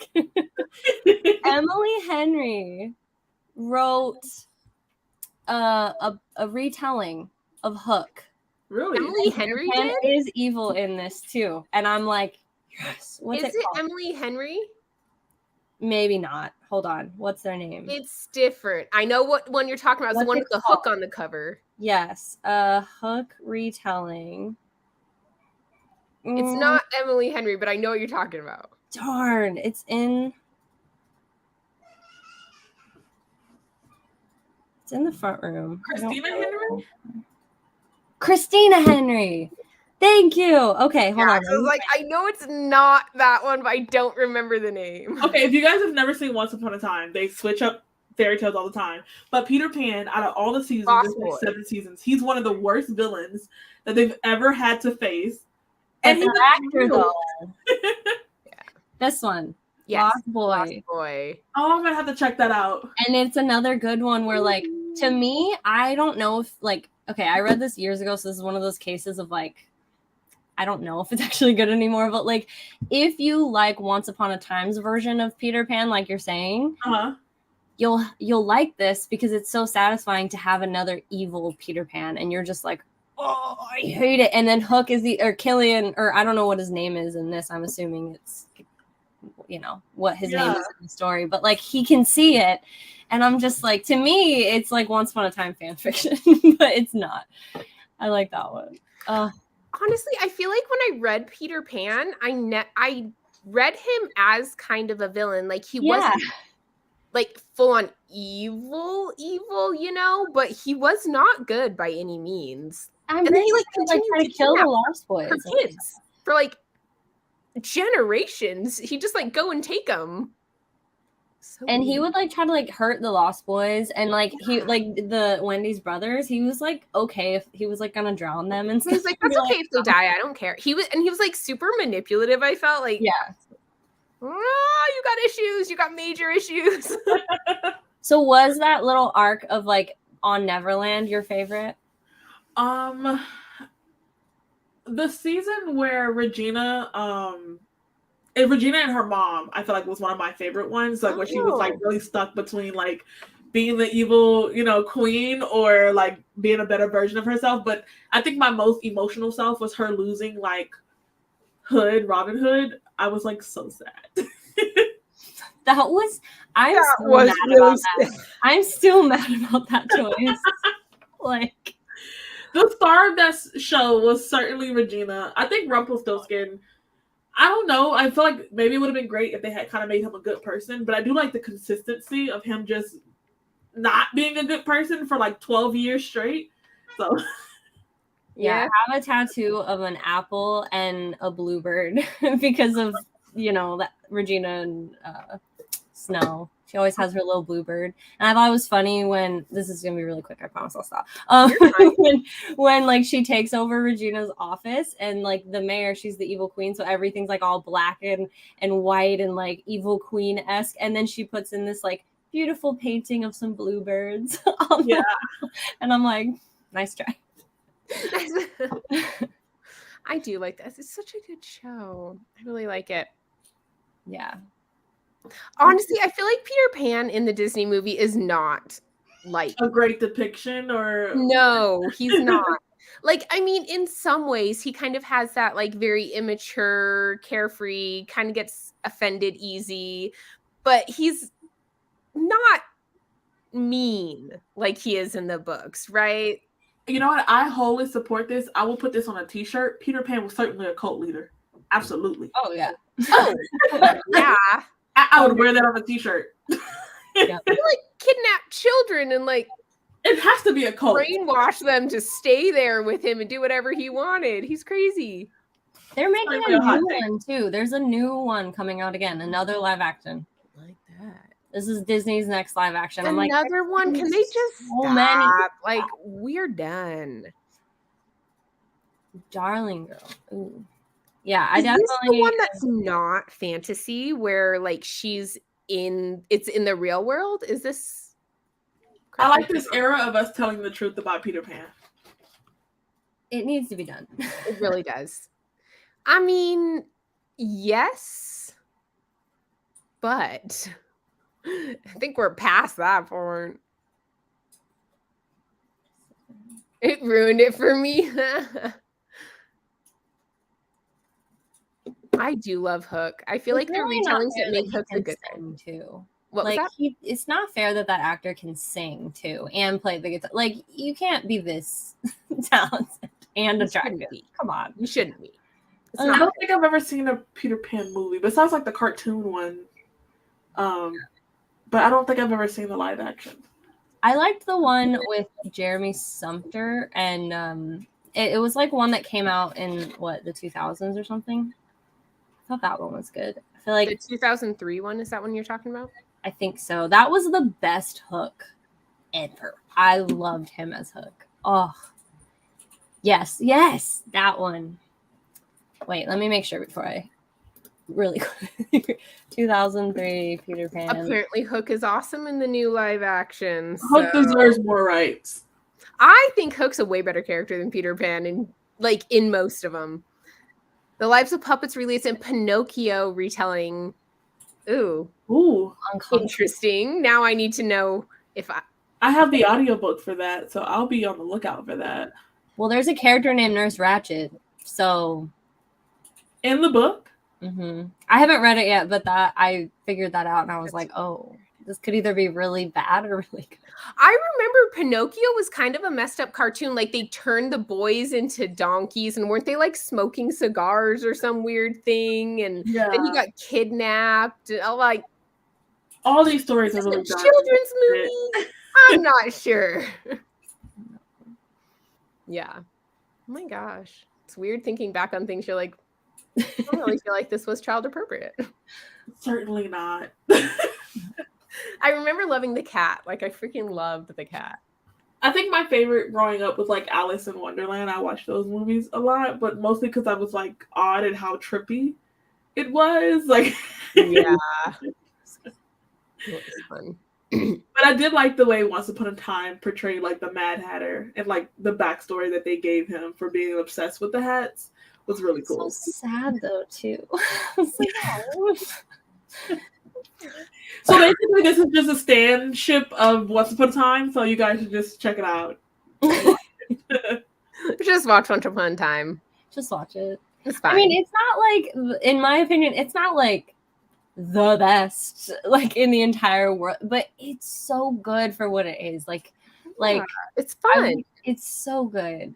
I watched that when it was live on television, so having to wait every week, and then like when they would have like breaks over the winter and stuff, that was rough because I talked about earlier like edge of your seat shows, like yeah, leave you with a cliffhanger every time, and you're like, oh, what happened?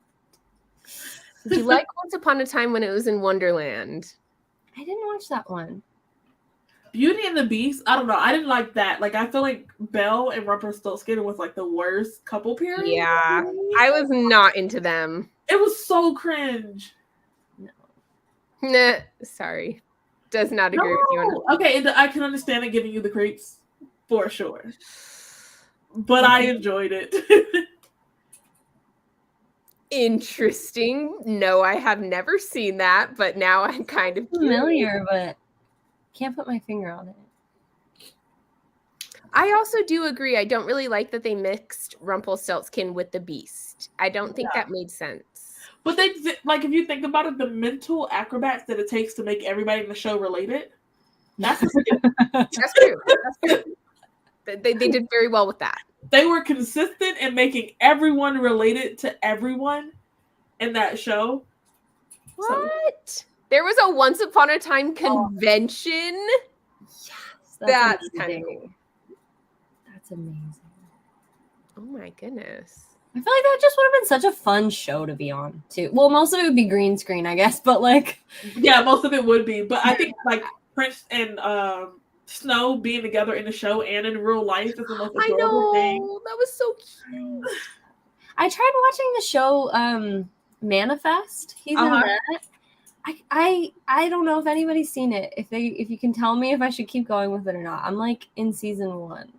It's very strange. Now I've heard that it's really, really good, especially like season 2. I think it like finds its feet, but people love it. Okay, thank you, because I think I'm on season 1 still. It does have these paranormal elements that I'm kind of like, ooh, didn't expect it to go there. Because I thought it was more like sci-fi, and then it gets weird. Yeah. Very strange. The kids' stories were certainly a wild... Okay. Yeah, I've heard people really like it. And the family tree in Once Upon a Time is insane. It's insane. It's crazy. Making Peter Pan Rumpelstiltskin's father. Right? That one though killed me. I was like, like you guys don't even care anymore. You're just doing whatever you want at this point. Oh my god.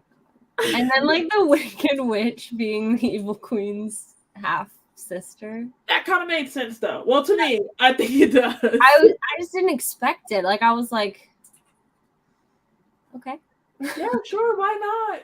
I know that's you said it. That's the attitude you have to have going. Why not? Why not? Let's just go with it. Do it. This is true. Every story. And like the whole show being about him creating a curse to find his son and then letting his son go again. Like we're all here because of Rumpel wanting to find his son. I do think the actor killed it though. Like oh yeah, he was so good to watch. He was so good at his role. Like, when he would cry, like the scenes when he was Rumpel, like before he became Rumpelstiltskin, you know, and like he would start crying. He's like, "My boy," and I was like, "Oh, it just ripped my heart." We started Manifest. Okay. Yeah. Okay. Interesting. It's hard to find a really good show to like get into because you never know what shows are gonna take off and like get a lot of seasons, and which ones are just gonna be so good and then like they get canceled after the first season. Oh, I thought of another show that's like a new all-time favorite. Do you guys watch Abbott Elementary? No. I've seen the first season. I haven't seen any season after the first one. They better keep that show on forever. It's filmed kind of like The Office, where it's like a documentary, but it's for elementary schools. Yeah. So like when I would be at work, I'd come home and I'm like, okay, I can't watch this right now because it feels like I'm watching my job. But then like, oh gosh, I would, when I'd have enough time, I would go back and it's so much better than The Office, but it's so funny. The cast is phenomenal. Like Abbott Elementary is one of those new shows that like it needs to keep getting many seasons. I hope. I don't even like to watch shows at the beginning anymore because I feel like they get canceled so quick when they're on these streaming services. So Netflix had this show, I can't remember the name of it, I think it was called like The Society or something, but it's basically these high school kids, they're going on a field trip and like their bus, they're dropped off back in their town, but the town is completely empty and there's no adults. So it's like a retelling of Lord of the Flies because they have no idea why there's not a single adult in their town. But then you find out that the town that actually has all the adults, for them, the kids went missing and the bus never came back. It was such an interesting show because it's a modern Lord of the Flies, but then they canceled it after the first season. And I'm like still so hurt about it. It was such a good show because you're like, these kids were literally like resulting to like murder, to like be the leader of like this pack. And like, it was such a good show, but I can't remember the name of it. I think it was called The Society. That's weird. I like it. One of the Wings, if you put it in like a 2020 or like a millennial context, it would make a great premise for a TV show or a book. So I'm hoping that someone kind of like is inspired by that and writes like a newer version of that because I would love to see Gen Zers and like a fly situation. Oh my gosh, that would be funny. You definitely have the ones that were like, I'm doing nothing. I'm gonna play my video games. Y'all just like choose what you want. I'll do what you say. Yeah, basically there are some teens that are like, oh, the parents aren't here, let's drink and have sex and party. And then there's others that's like, we need to learn how to survive, we need to plant and grow food, and we need to be communists and, every man together. And then there's always like the people that want to be the leaders. So it was just such an interesting show. Maze Runner was a little like that in the first movie. Yeah, shows get canceled so quickly. Can't do it. What is this one? Okay, I missed this one. And you know what? Books don't do you like that. No. At least a series will always be finished. Unless you are Patrick Rothfuss. Unless you're Patrick Rothfuss. Oh my gosh. Did you see that he's releasing another short story? Yeah. What is he doing? Like, knock it off. Oh, no. I am over this. He needs to stop. Was like confounded. Like, I couldn't believe that there was a release date. I am not going to read that. I'm boycotting it. I'm boycotting that short story. I can't believe I think maybe the hype is like too much right now for him and for George R.R. Martin because like why have we been waiting over a decade for the next book? It should not take you over 10 years to write one book when it took you such short time to write the other ones. Exactly. I'm never going to forgive him if I don't get a conclusion to The Name of the Wind. I'm going to haunt him from my grave. Right? Like, I have to know what happens. And like, I've heard people say that he's like, oh, well, he can't finish it in a book. Then write 2. I don't care. Do it. Write 2. Yeah. I'll read them both. Just write them. That's so funny because I have those 2 books, but they are on a separate bookshelf because I know I'm not going to get to them anytime soon. And that's okay because the last one won't come out for... Hopefully before my daughter goes to college, she's in kindergarten. I wouldn't hold your breath, but... I know, I was going to say, I don't know. Like, so many people have graduated and started families while waiting on this freaking book to come out. Dude, I just remember going to a Brandon Sanderson conference and he was like, I have a bet going with Pat Rothfuss, whether he'll finish King Killer 3 or I'll finish Stormlight 4 first. Oh my gosh. Like... That was years ago. Should give him Nora Roberts' number. Right. Like, help you out. Like, and I'm very particular because like I know the fans of like the Throne of Glass series, they wouldn't let anyone else touch it. Like, you know how Sanderson was able to finish off the what is it called? The time wheel, the wheel of time. I don't think that there's any writer out there that will satisfy George R. R. Martin fans. So like, you guys, I don't know what to tell them. They're gonna be so distraught. It's true. And they're like, they better not do what they did with the Wheel of Time. And I heard people that like the Sanderson contributions to like the series. Oh yeah, I've heard people who have even said those are their favorite books of the series. Yeah, but the Throne of Glass, not Throne of Glass, the Game of Thrones fans, they don't want anyone touching that series. And that's fine, but I feel like I have a lot more sympathy in the case of the Wheel of Time because like dude died. Like he didn't just stop writing. Like he died. What do you expect with him, right? But when you've had 10 years to write a book, my sympathy goes away like incrementally as the years go on. And at this point, there's just none left. I'm like, you write it, or we will find someone else who will. I'm like, I'm over this. It's funny how like ironic where you would create something and you create this fan base, and now the fan base is bigger than you now. Even if like we're gonna get an ending to the story with or without you, and it's so funny how like the fandom will take things into their own hands. Yeah, it's crazy. He should have bet that if he would finish Stormlight Archives faster than Name of the Wind, like all 10 of them, right? Like we're not even talking the first 5 at this point. And don't tell me someone else wrote it. No, seriously. I know. I saw ChatGPT. Marta's gonna turn to ChatGPT. No. Wait, what do you mean that? Oh, Dune was never finished, huh? But his son took it up, right? That's what happened? His son. I think so. But George R. R. Martin doesn't have any kids, right? I don't know, but I mean, he's had so long to write it at this point. Like, come on. I need someone, if someone's going to pick it up and finish it, they have to be like a gory, like violent writer, like Joe Abercrombie. Like, I was going to say Joe Abercrombie's probably the closest. Yeah. Aren't you? You said you don't like horror. Me? Oh, it's not. It's like grimdark fantasy. It's grimdark. So he writes very violent scenes in a fantasy, though. So, do you like that? I love blood a lot. So do you like slashers? I've never read a slasher. Interesting. What's his name? Like he's the author of these books? Because we've not been very nice. Pats can finish for him.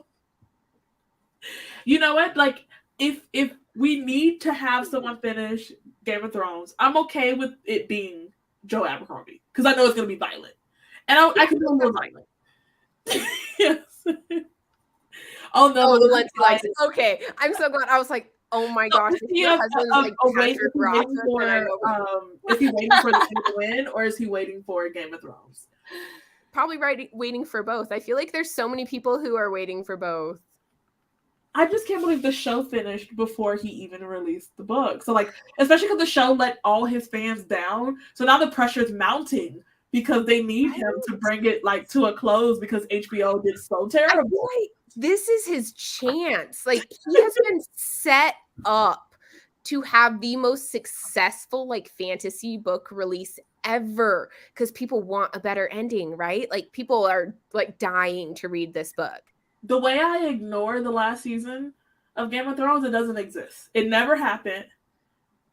It's a blip in history. I don't acknowledge that last season. And you're a How I Met Your Mother fan, so man, you've just gotten a lot of bad. I'm always let down. My husband wants to know about. Oh, had anybody watched Scrubs and the last season of Scrubs? I never got to the last season, but I have watched Scrubs. Is it good?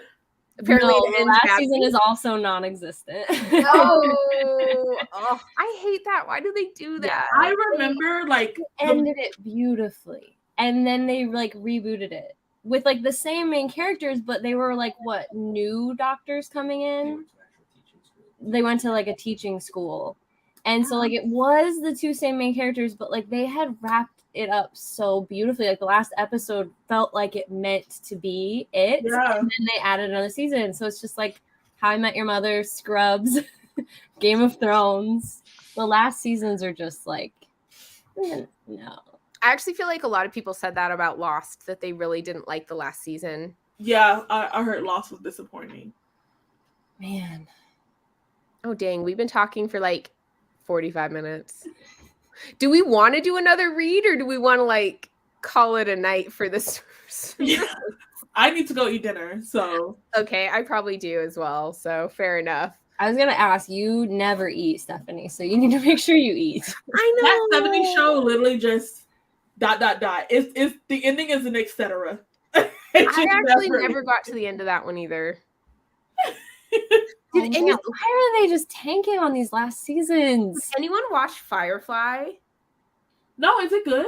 Oh my gosh, I actually loved it. It's so fun. It's kind of like a sci-fi with a little bit of a Western twist to it, but not in like a big way. The books are related, right? Like I've seen Firefly books. Are they related to the show? Yeah, they are. Okay. They are.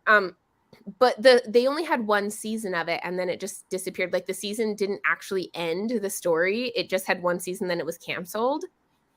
And then it became like this huge cult following of Firefly, and it became super popular. And so they ended up making a movie to kind of wrap things up. But did you think that the movie was successful? I did, okay. But I think it would have been better if they would have been able to do it with like. So when does the books come out? Before or after the show? After, I think. I think the TV show came out first. It's like a Will Wheaton one, I think. Firefly was awesome, right? Yeah. Look at this. That was the one that Sheldon in Big Bang Theory was like writing the network about to get another season of Firefly, right? Correct. I remember that. That's actually funny. I remember that. Funny. I love it. I watched it and I was like, wait a second. There's no more. And my sister's like, yeah, I know. It's like, how'd you do this to me? Do you know how many episodes the first season is? Or the only It's not that long. It's only like 8, 10, something like that. I don't remember. I hate being let down like that. And this is why I choose books. Except for Patrick Ross. Except for and Tomi Adeyemi from Children of Blood and Bone. A YA sequel should not take this long. 14. Oh, yeah. Is she? I actually have heard people starting saying it's a duology. I'm like, I'm pretty sure it's supposed to be a trilogy. It's a trilogy, and she's out here going to the Met Gala, and she's in music videos, and I'm like, your YA people are graduating college. The people who were in high school reading your books, they're starting families. Well, I heard people really didn't like the second book, so maybe that has something to do with it. Because like the first one was insanely popular, right? So big, it was really good. And then I heard a lot of people didn't like the second book, so I don't know if maybe that affected her. A lot of people did not. I personally liked the second book because it was unhinged. But the characters started acting differently than they did in the first book. But I think for me it makes sense because everybody had the same goal in book one, which was to like bring magic back and like to break this hold. But then there's like they're at this point of collapse of their society, and each character has a different vision on how to move forward. And so in other people's mind, it's like everybody was just on one accord and now everybody's acting different. But for me, it's like everybody had the same goal and it's accomplished. And then what do you do after the fall or the collapse of an empire? Do you uphold the system? Do you reform it? Or do you overhaul it completely? And that's what the characters were dealing with. And they were all so passionate about them being right that they started to everybody was putting a plan in motion at the same time. So like as a reader, it's frustrating because you can see the collapse coming from everyone pursuing their own method. So it is an enraging book. But for me, it was a shit show and I was having a fun time because I'm like, wow, this is terrible. I can't think of anywhere else I'd rather be. So I loved it. Like I love the mess. I loved so much of it. Yeah, I know. Honestly, I didn't start reading it because I was under the impression it was supposed to be a trilogy and I just didn't want to start it when the next book wasn't come out. I've been burned. I have trust issues. So can't trust shows. You can't trust anything anymore. Right now I'm watching Peaky Blinders and I know there's a movie. I think they're getting a movie. So there's I've heard that's really good. It's actually a really good show. Highly recommend. Like, it sounds kind of stupid, honestly, when I like Peaky Blinders. Come on. Like, what is I promise you, if you start watching it, you'll be such a fan. Well, You'll yeah, be- they're like a gang, right? yeah, they're like mobs and mafias are becoming a thing, and so they're Irish. They live in Ireland. So yeah, but it's funny. Or it's not funny, but like there's a lot of historical context because it's right after World War One. Jews are being persecuted, and there's the build up to World War II, and we have this person who fought in the First War. He comes home, he builds up his empire, so he's basically like a mafia lord, and it ends with him he's conscripted into World War II. So there's just so much like political things going on, and then there's like prohibition in America, so they're trying to like everybody's trying to sell whiskey and gin and like import it into the U.S. Like it's so cool to see like the historical context. That is cool. Yeah. And those are real people, right? Mm-hmm. Like Winston Churchill is in power right now, and the mafia leader, they're using him. There's also like the battle of communism right now, so he's being like played, or they're forcing him to also be like this political like assassin to stop communism from rising. So it's funny because we have the historical context to know that like communism is going to be the least of your worries in 5 years because Hitler's coming, but everyone's just trying to deal with the situations as they see it right now. So it's pretty cool. Right. And John Shelby was a real, yeah. He was. I wonder how much is. Oh my gosh, Like, my husband. real, and then It is. My husband is such a good freaking show, and like, I don't know the Shelby. They're actually like Romas, but during this time period, they're referring to themselves as gypsies, and it's accurate. So they are gypsies living in Ireland, and so there's just so much going on with the show. It's pretty cool. That's cool. I feel like this would be perfect for my husband. I'm gonna have to do it. He would love it. It's on Netflix. You're gonna have to like watch it. It's gonna be so cool to see the movie. Watch the first one of Peaky Blinders. Okay, another great sci-fi or Killjoys. I've actually never heard of that one. Never heard of that one. I'm gonna have to look that one up too. Rewatching Stranger Things, the first season.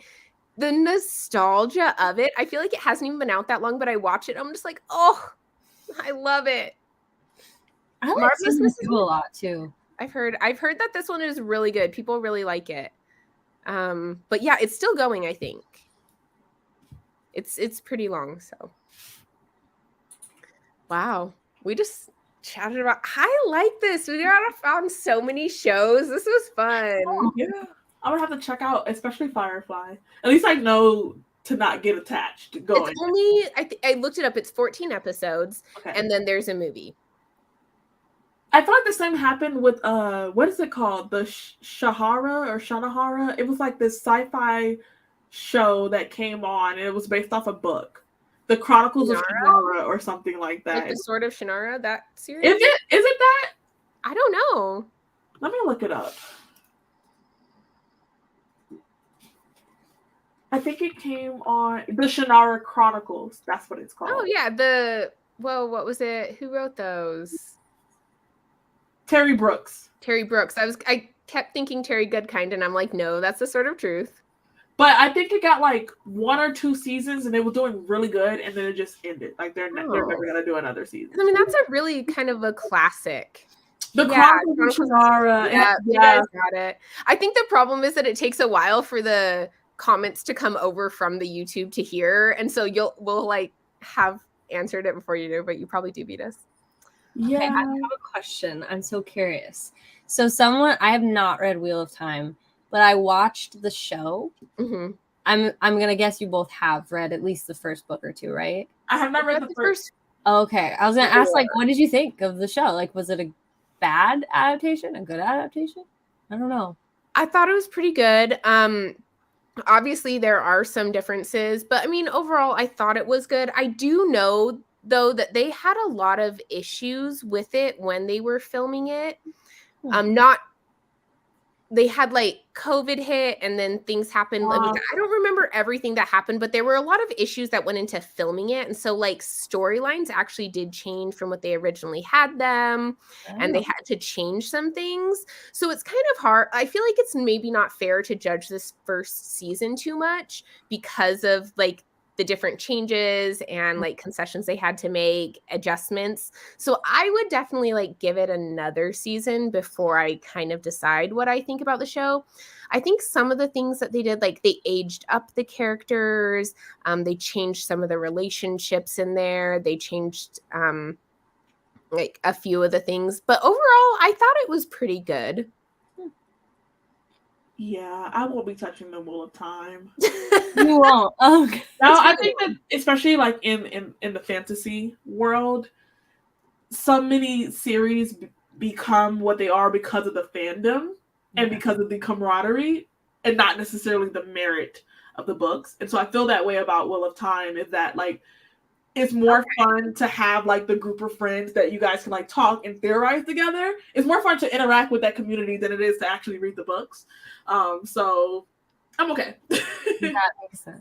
That's how I'm feeling like House of Leaves. I'm reading that right now, and I had to read it with my brother because I'm like, I don't think I want to do this on my own. This doesn't, it like you said, the camaraderie is like, it's all about the conversations you can have. And so it's like, oh, like I've read this book, now I can participate in these conversations, and you're more excited about that than you are about reading the book. Yeah.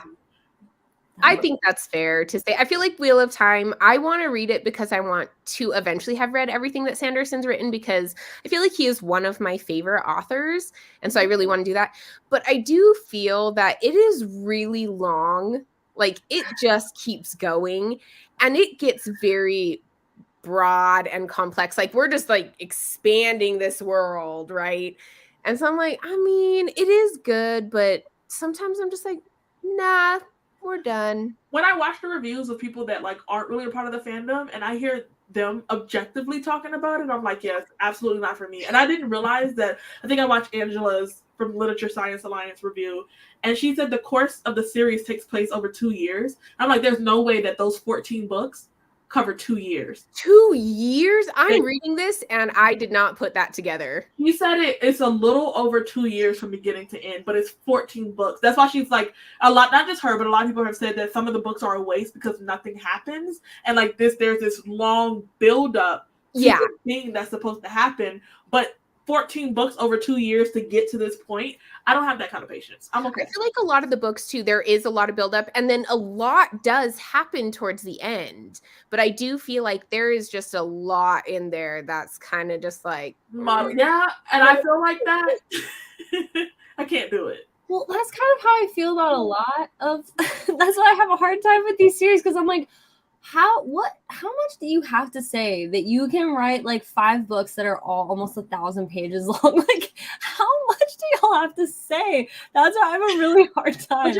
That's why like it makes sense as to why they really wanted that conclusion, because the people that were reading like the 12 or 11 books up until that point, Sanderson had to bring it home, because it's like we've been building up to this, and like this has to happen now. Yeah, you know? That would be so sad for the poor fans. Like read 12 books and they're like, oh, that's all. Yeah.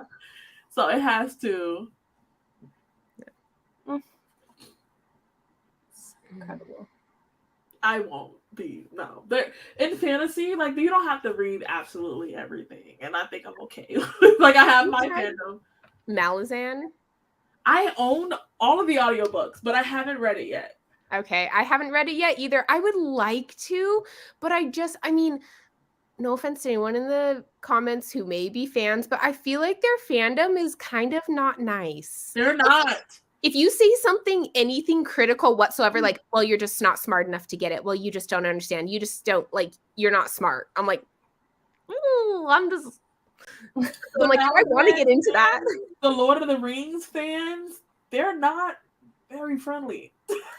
I feel like the thing is you can find fans who are just like nerdy fans and love it.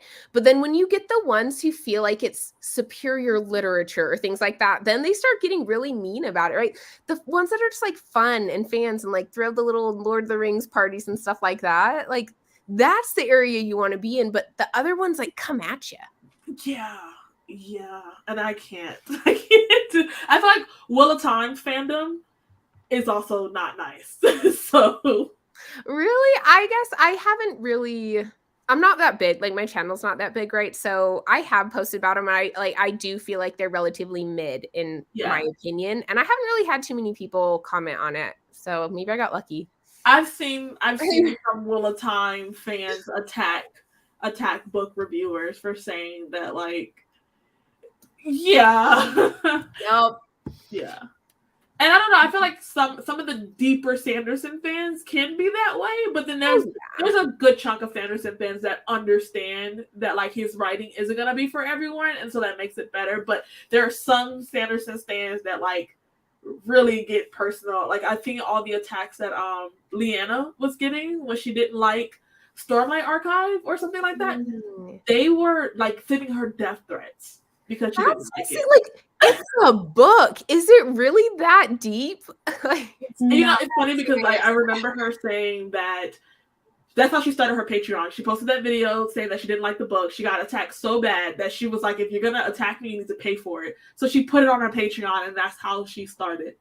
But it came from people attacking her from not liking Sanderson. That's just me. Because, like, honestly, I love Sanderson. Like, Mistborn, special place in my heart. When people say they don't like it, it does hurt. But, like, I don't feel the need to be, like, saying something mean to them. And I can get it. Like, I feel like every single book is not for everybody.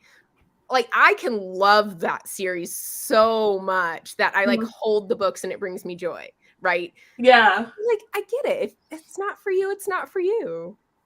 I have seen some really crazy comments, especially because, like, I'm not a Sanderson fan and I've been open about that. So I've gotten comments on my channel about me not being intelligent enough to, and I'm like, Sanderson writes the most, not to call him basic, but in terms of writing a fantasy, his plots are so welcoming that you could really read it at any age. Very, very approachable books. Like, yeah, so I'm like, I'm not saying that I'm not intelligent enough is crazy, because I think part of what makes his book so marketable is that you don't need to be particularly Mistborn. They're so accessible. Like, I would say if you're new to the fantasy genre, I would even recommend Mistborn. Like, Stormlight, yeah, granted, like, that's a little bit higher, but yeah, like, that is one of the perks of Sanderson. They're so easy to read. Yeah. So I don't know. That's why, like, I know I have my favorites, and so, like, if someone doesn't like Sullivan, it does hurt. Right? But, hey. Yeah. It's like, it can hurt you without you hurting them back. Without you to, like, lash out, and I'm never gonna be like, oh, you're not intelligent enough to understand the magic of my Sullivan, but I am gonna think that you don't have taste, though. Right. It's like, I may trust you a little less. I'm not gonna lie, I was so shocked when you didn't like Sanderson, because I feel like you and I like so many of the same books, and, like, I adore Sanderson. So I was like, how? You know, I think it's because I know exactly why I don't like Sanderson. I know exactly why I don't like John Glenn. But I understand why they're considered comfort reads. But for me, I'm not at the point where I consider him a comfort read, so I needed something more of substance. And so by the time I got it in both books, it was just like, I spent most of the books being kind of disconnected. And now when I'm supposed to be like, wowed, I'm like, eh. So I feel like they take more time building up the plot in the world before telling me why I should care. Okay, and by the time you tell me why I should care, I don't. And that's the problem that I have with the Sanderson books. And I don't think that they're bad. I would never say he's a terrible writer. It's just, before you give me all of this, can you tell me why I should care? Just a little bit, you know? I get that. I don't feel that way at all when I'm reading them, but I feel like that's fair. Like, you can look at it and be like, this is why I don't like it. Yeah. I'm like, that's perfectly acceptable, right? Like, I can have a completely different experience. And I think that's one of the cool things about books is, like, I have a totally different experience than you reading the exact same book, even though in a lot of other books, we have almost the same taste. So yeah, I think I enjoy, like, especially when we talk about, like, Joe Abercrombie or, like, just other authors, there's sometimes, like, that midpoint of the book where something, like, big will happen to snap you back. And you're like, oh, like, let me get, and I don't think that Sanderson does that. He has this steady buildup. Yeah, that's climax. He does. And I enjoy, like, the, hey, like, focus and pay attention. Like, I love that midpoint where, like, you get this revolutionary thing and, like, something big happens. So I feel like he builds up to his point, and that's fine. I like to be snapped to attention a little earlier. I love the buildup. I feel like the, like, here comes the cavalry trope is one of my favorites. Like, I know they call it the Sanderlanche, but, like, you see other authors too, where it's just like this big buildup, and then it's just like, is that what it's called? Like, is that what people call it? Really, the Sanderlanche? Okay, so it's not just me, because especially because I feel that way with Mistborn, is that, like, you can read that entire book, and then by the end, like you get all these revelations and you're just like mind blown. And I was like, dang, could you have hinted towards at least one thing in the middle so that I would be so much in there. Like when I reread Mistborn again, I was like, oh my gosh, you see it from like page 1, all these like hints that he put in there. I'm like, and it's so impressive to go back and read it again. But like, I get if you're not that invested, you don't care to even look at those. You're like, I don't care. So I get But I have heard people say that rereading his books is fun because then you get to see like all of the Easter eggs, and so you feel like more enticed going forward. Maybe I should try a reread now that I know that like at some point I will be interested. Maybe I should try it like again. I don't know. I do feel like, I mean, maybe you're different, but I feel like for the most part, like if I'm not liking a book, if I go back and force myself to reread it, I still don't like it. Yeah. Like, I don't know. I rarely like a book on those Easter eggs. That's fun. He does. Yeah, it's so fun. On it before. I think that I have a better chance because like I've read a lot of Sanderson. I enjoyed the YA the most, but I know people don't like the YA because he switched up his writing. But I loved Skyward. I love Skyward. But I've heard people say that like that tone or like don't start there because that isn't his tone of writing and that's not like his usual writing method. I think it's a lot less drier, but I like the YAs. Oh, I loved Skyward, but I do feel like if you're wanting Sanderson, like when people talk about like Brandon Sanderson, no, that's probably not your best place to start just because it's not classic. Yeah. But I still think it's good. I don't think it's a bad book. Oh my gosh. So you like the Skyward, right? I did like Skyward. I went to the conference and look what I got. Oh, that's so adorable. It's my Doom Slug. I love him so much. Oh my gosh, my husband's granddaughter absolutely loves this. She'll come over and like run to it right away, right? She absolutely adores it. So I got her one too. Oh, how much were they? That's so cute. Yeah.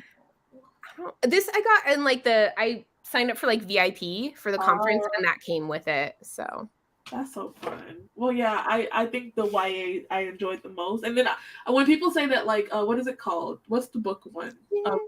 Stormlight Archive. The Way of Kings? Yeah, I agree with everyone when they said that that's his best work. I agree. It's so good. Yeah. It's so good, yeah. So, it's not going to be for everyone, but I've seen people really get attacked by not, like, being a fan. Yeah. I could see that. People get really passionate about their stuff, and I'm like, you can be passionate without being mean. Yeah. And furthermore, have you ever convinced anybody to change their mind? No, so stop wasting your time. You just make me want to post less, Exactly. Like, I like in terms of YA, like I also love Laini Taylor, and so like if you hate her books, I might not respect your opinion, but love Laini Taylor. Oh my gosh, she needs to write more. But are you gonna sit there and write an essay in someone's comment section, being like, "Well, this is what you misunderstood, and this is terrible"? Absolutely not. I'm gonna email her. Like, where's the next book? What are you doing? I know. I can't follow authors on like social media because like I'll see Laini Taylor in Paris and I'm like, why aren't you writing? So. How dare you vacation? That's how I feel about Erin Morgenstern though. Also same, but I give her a little more slack because I know that both of the books she wrote took like 7 or 8 years. Yeah, they were so painful. So I'm like, okay, she takes years to write her books, so I'll give her like just a bit more leeway. I went to her like release. She came and did like a book tour when she released Starless Sea. So I went to one of her things that she came to, and she was talking about it. And she says like she structures her like she down to the sentence. She's like thinking about how they sound together, how they feel together. So like that's gotta take a long time to write a book if every sentence you're trying to make it perfect. Well, and I asked her a question. I don't remember exactly the wording that I asked, but I guess it was something on the lines of like, do you think you'll ever revisit the Night Circus in any capacity at all? Because there's so many opportunities for like branch off novellas and short stories and stuff. And she said that she actually plans to make all of her books within the same universe, like how Stephen King does. And so in Starless Sea, Zachary ran into one of the characters from the Night Circus. I don't want to say who it is, but if you like reread it, you can see it. And so like, I'm like, well, great. Now you're going to make yourself have to work even harder and take even longer if you're going to try to connect everything. That's so cool though. I love it. I mean, Laini Taylor is connecting her like Daughter Smoking Bone with Trains to Dreamer, and I feel like it's pretty obvious like how she's gonna do that. Yeah. But yeah, I love when authors do that. It's fun. Yeah. But I'm like, I'll take less if you just release it sooner. Like, I'll take less. Yeah, like it doesn't. I'm gonna love whatever you write. So like, it honestly doesn't have to be perfect. Really, just release something, please. Oh, I agree. Okay. Well, it is 8:30. I feel like it's probably time for some dinner. So we're going to go ahead and end the broadcast. Thank you all for joining. I know we sprinted minimally, but it was really fun. And I really appreciate all your comments and suggestions on TV shows. So I'll see you all tomorrow. The sprints will start at 1 p.m. Mountain Time. And then they'll just go till the end. So I'll see you there. Bye. Good evening.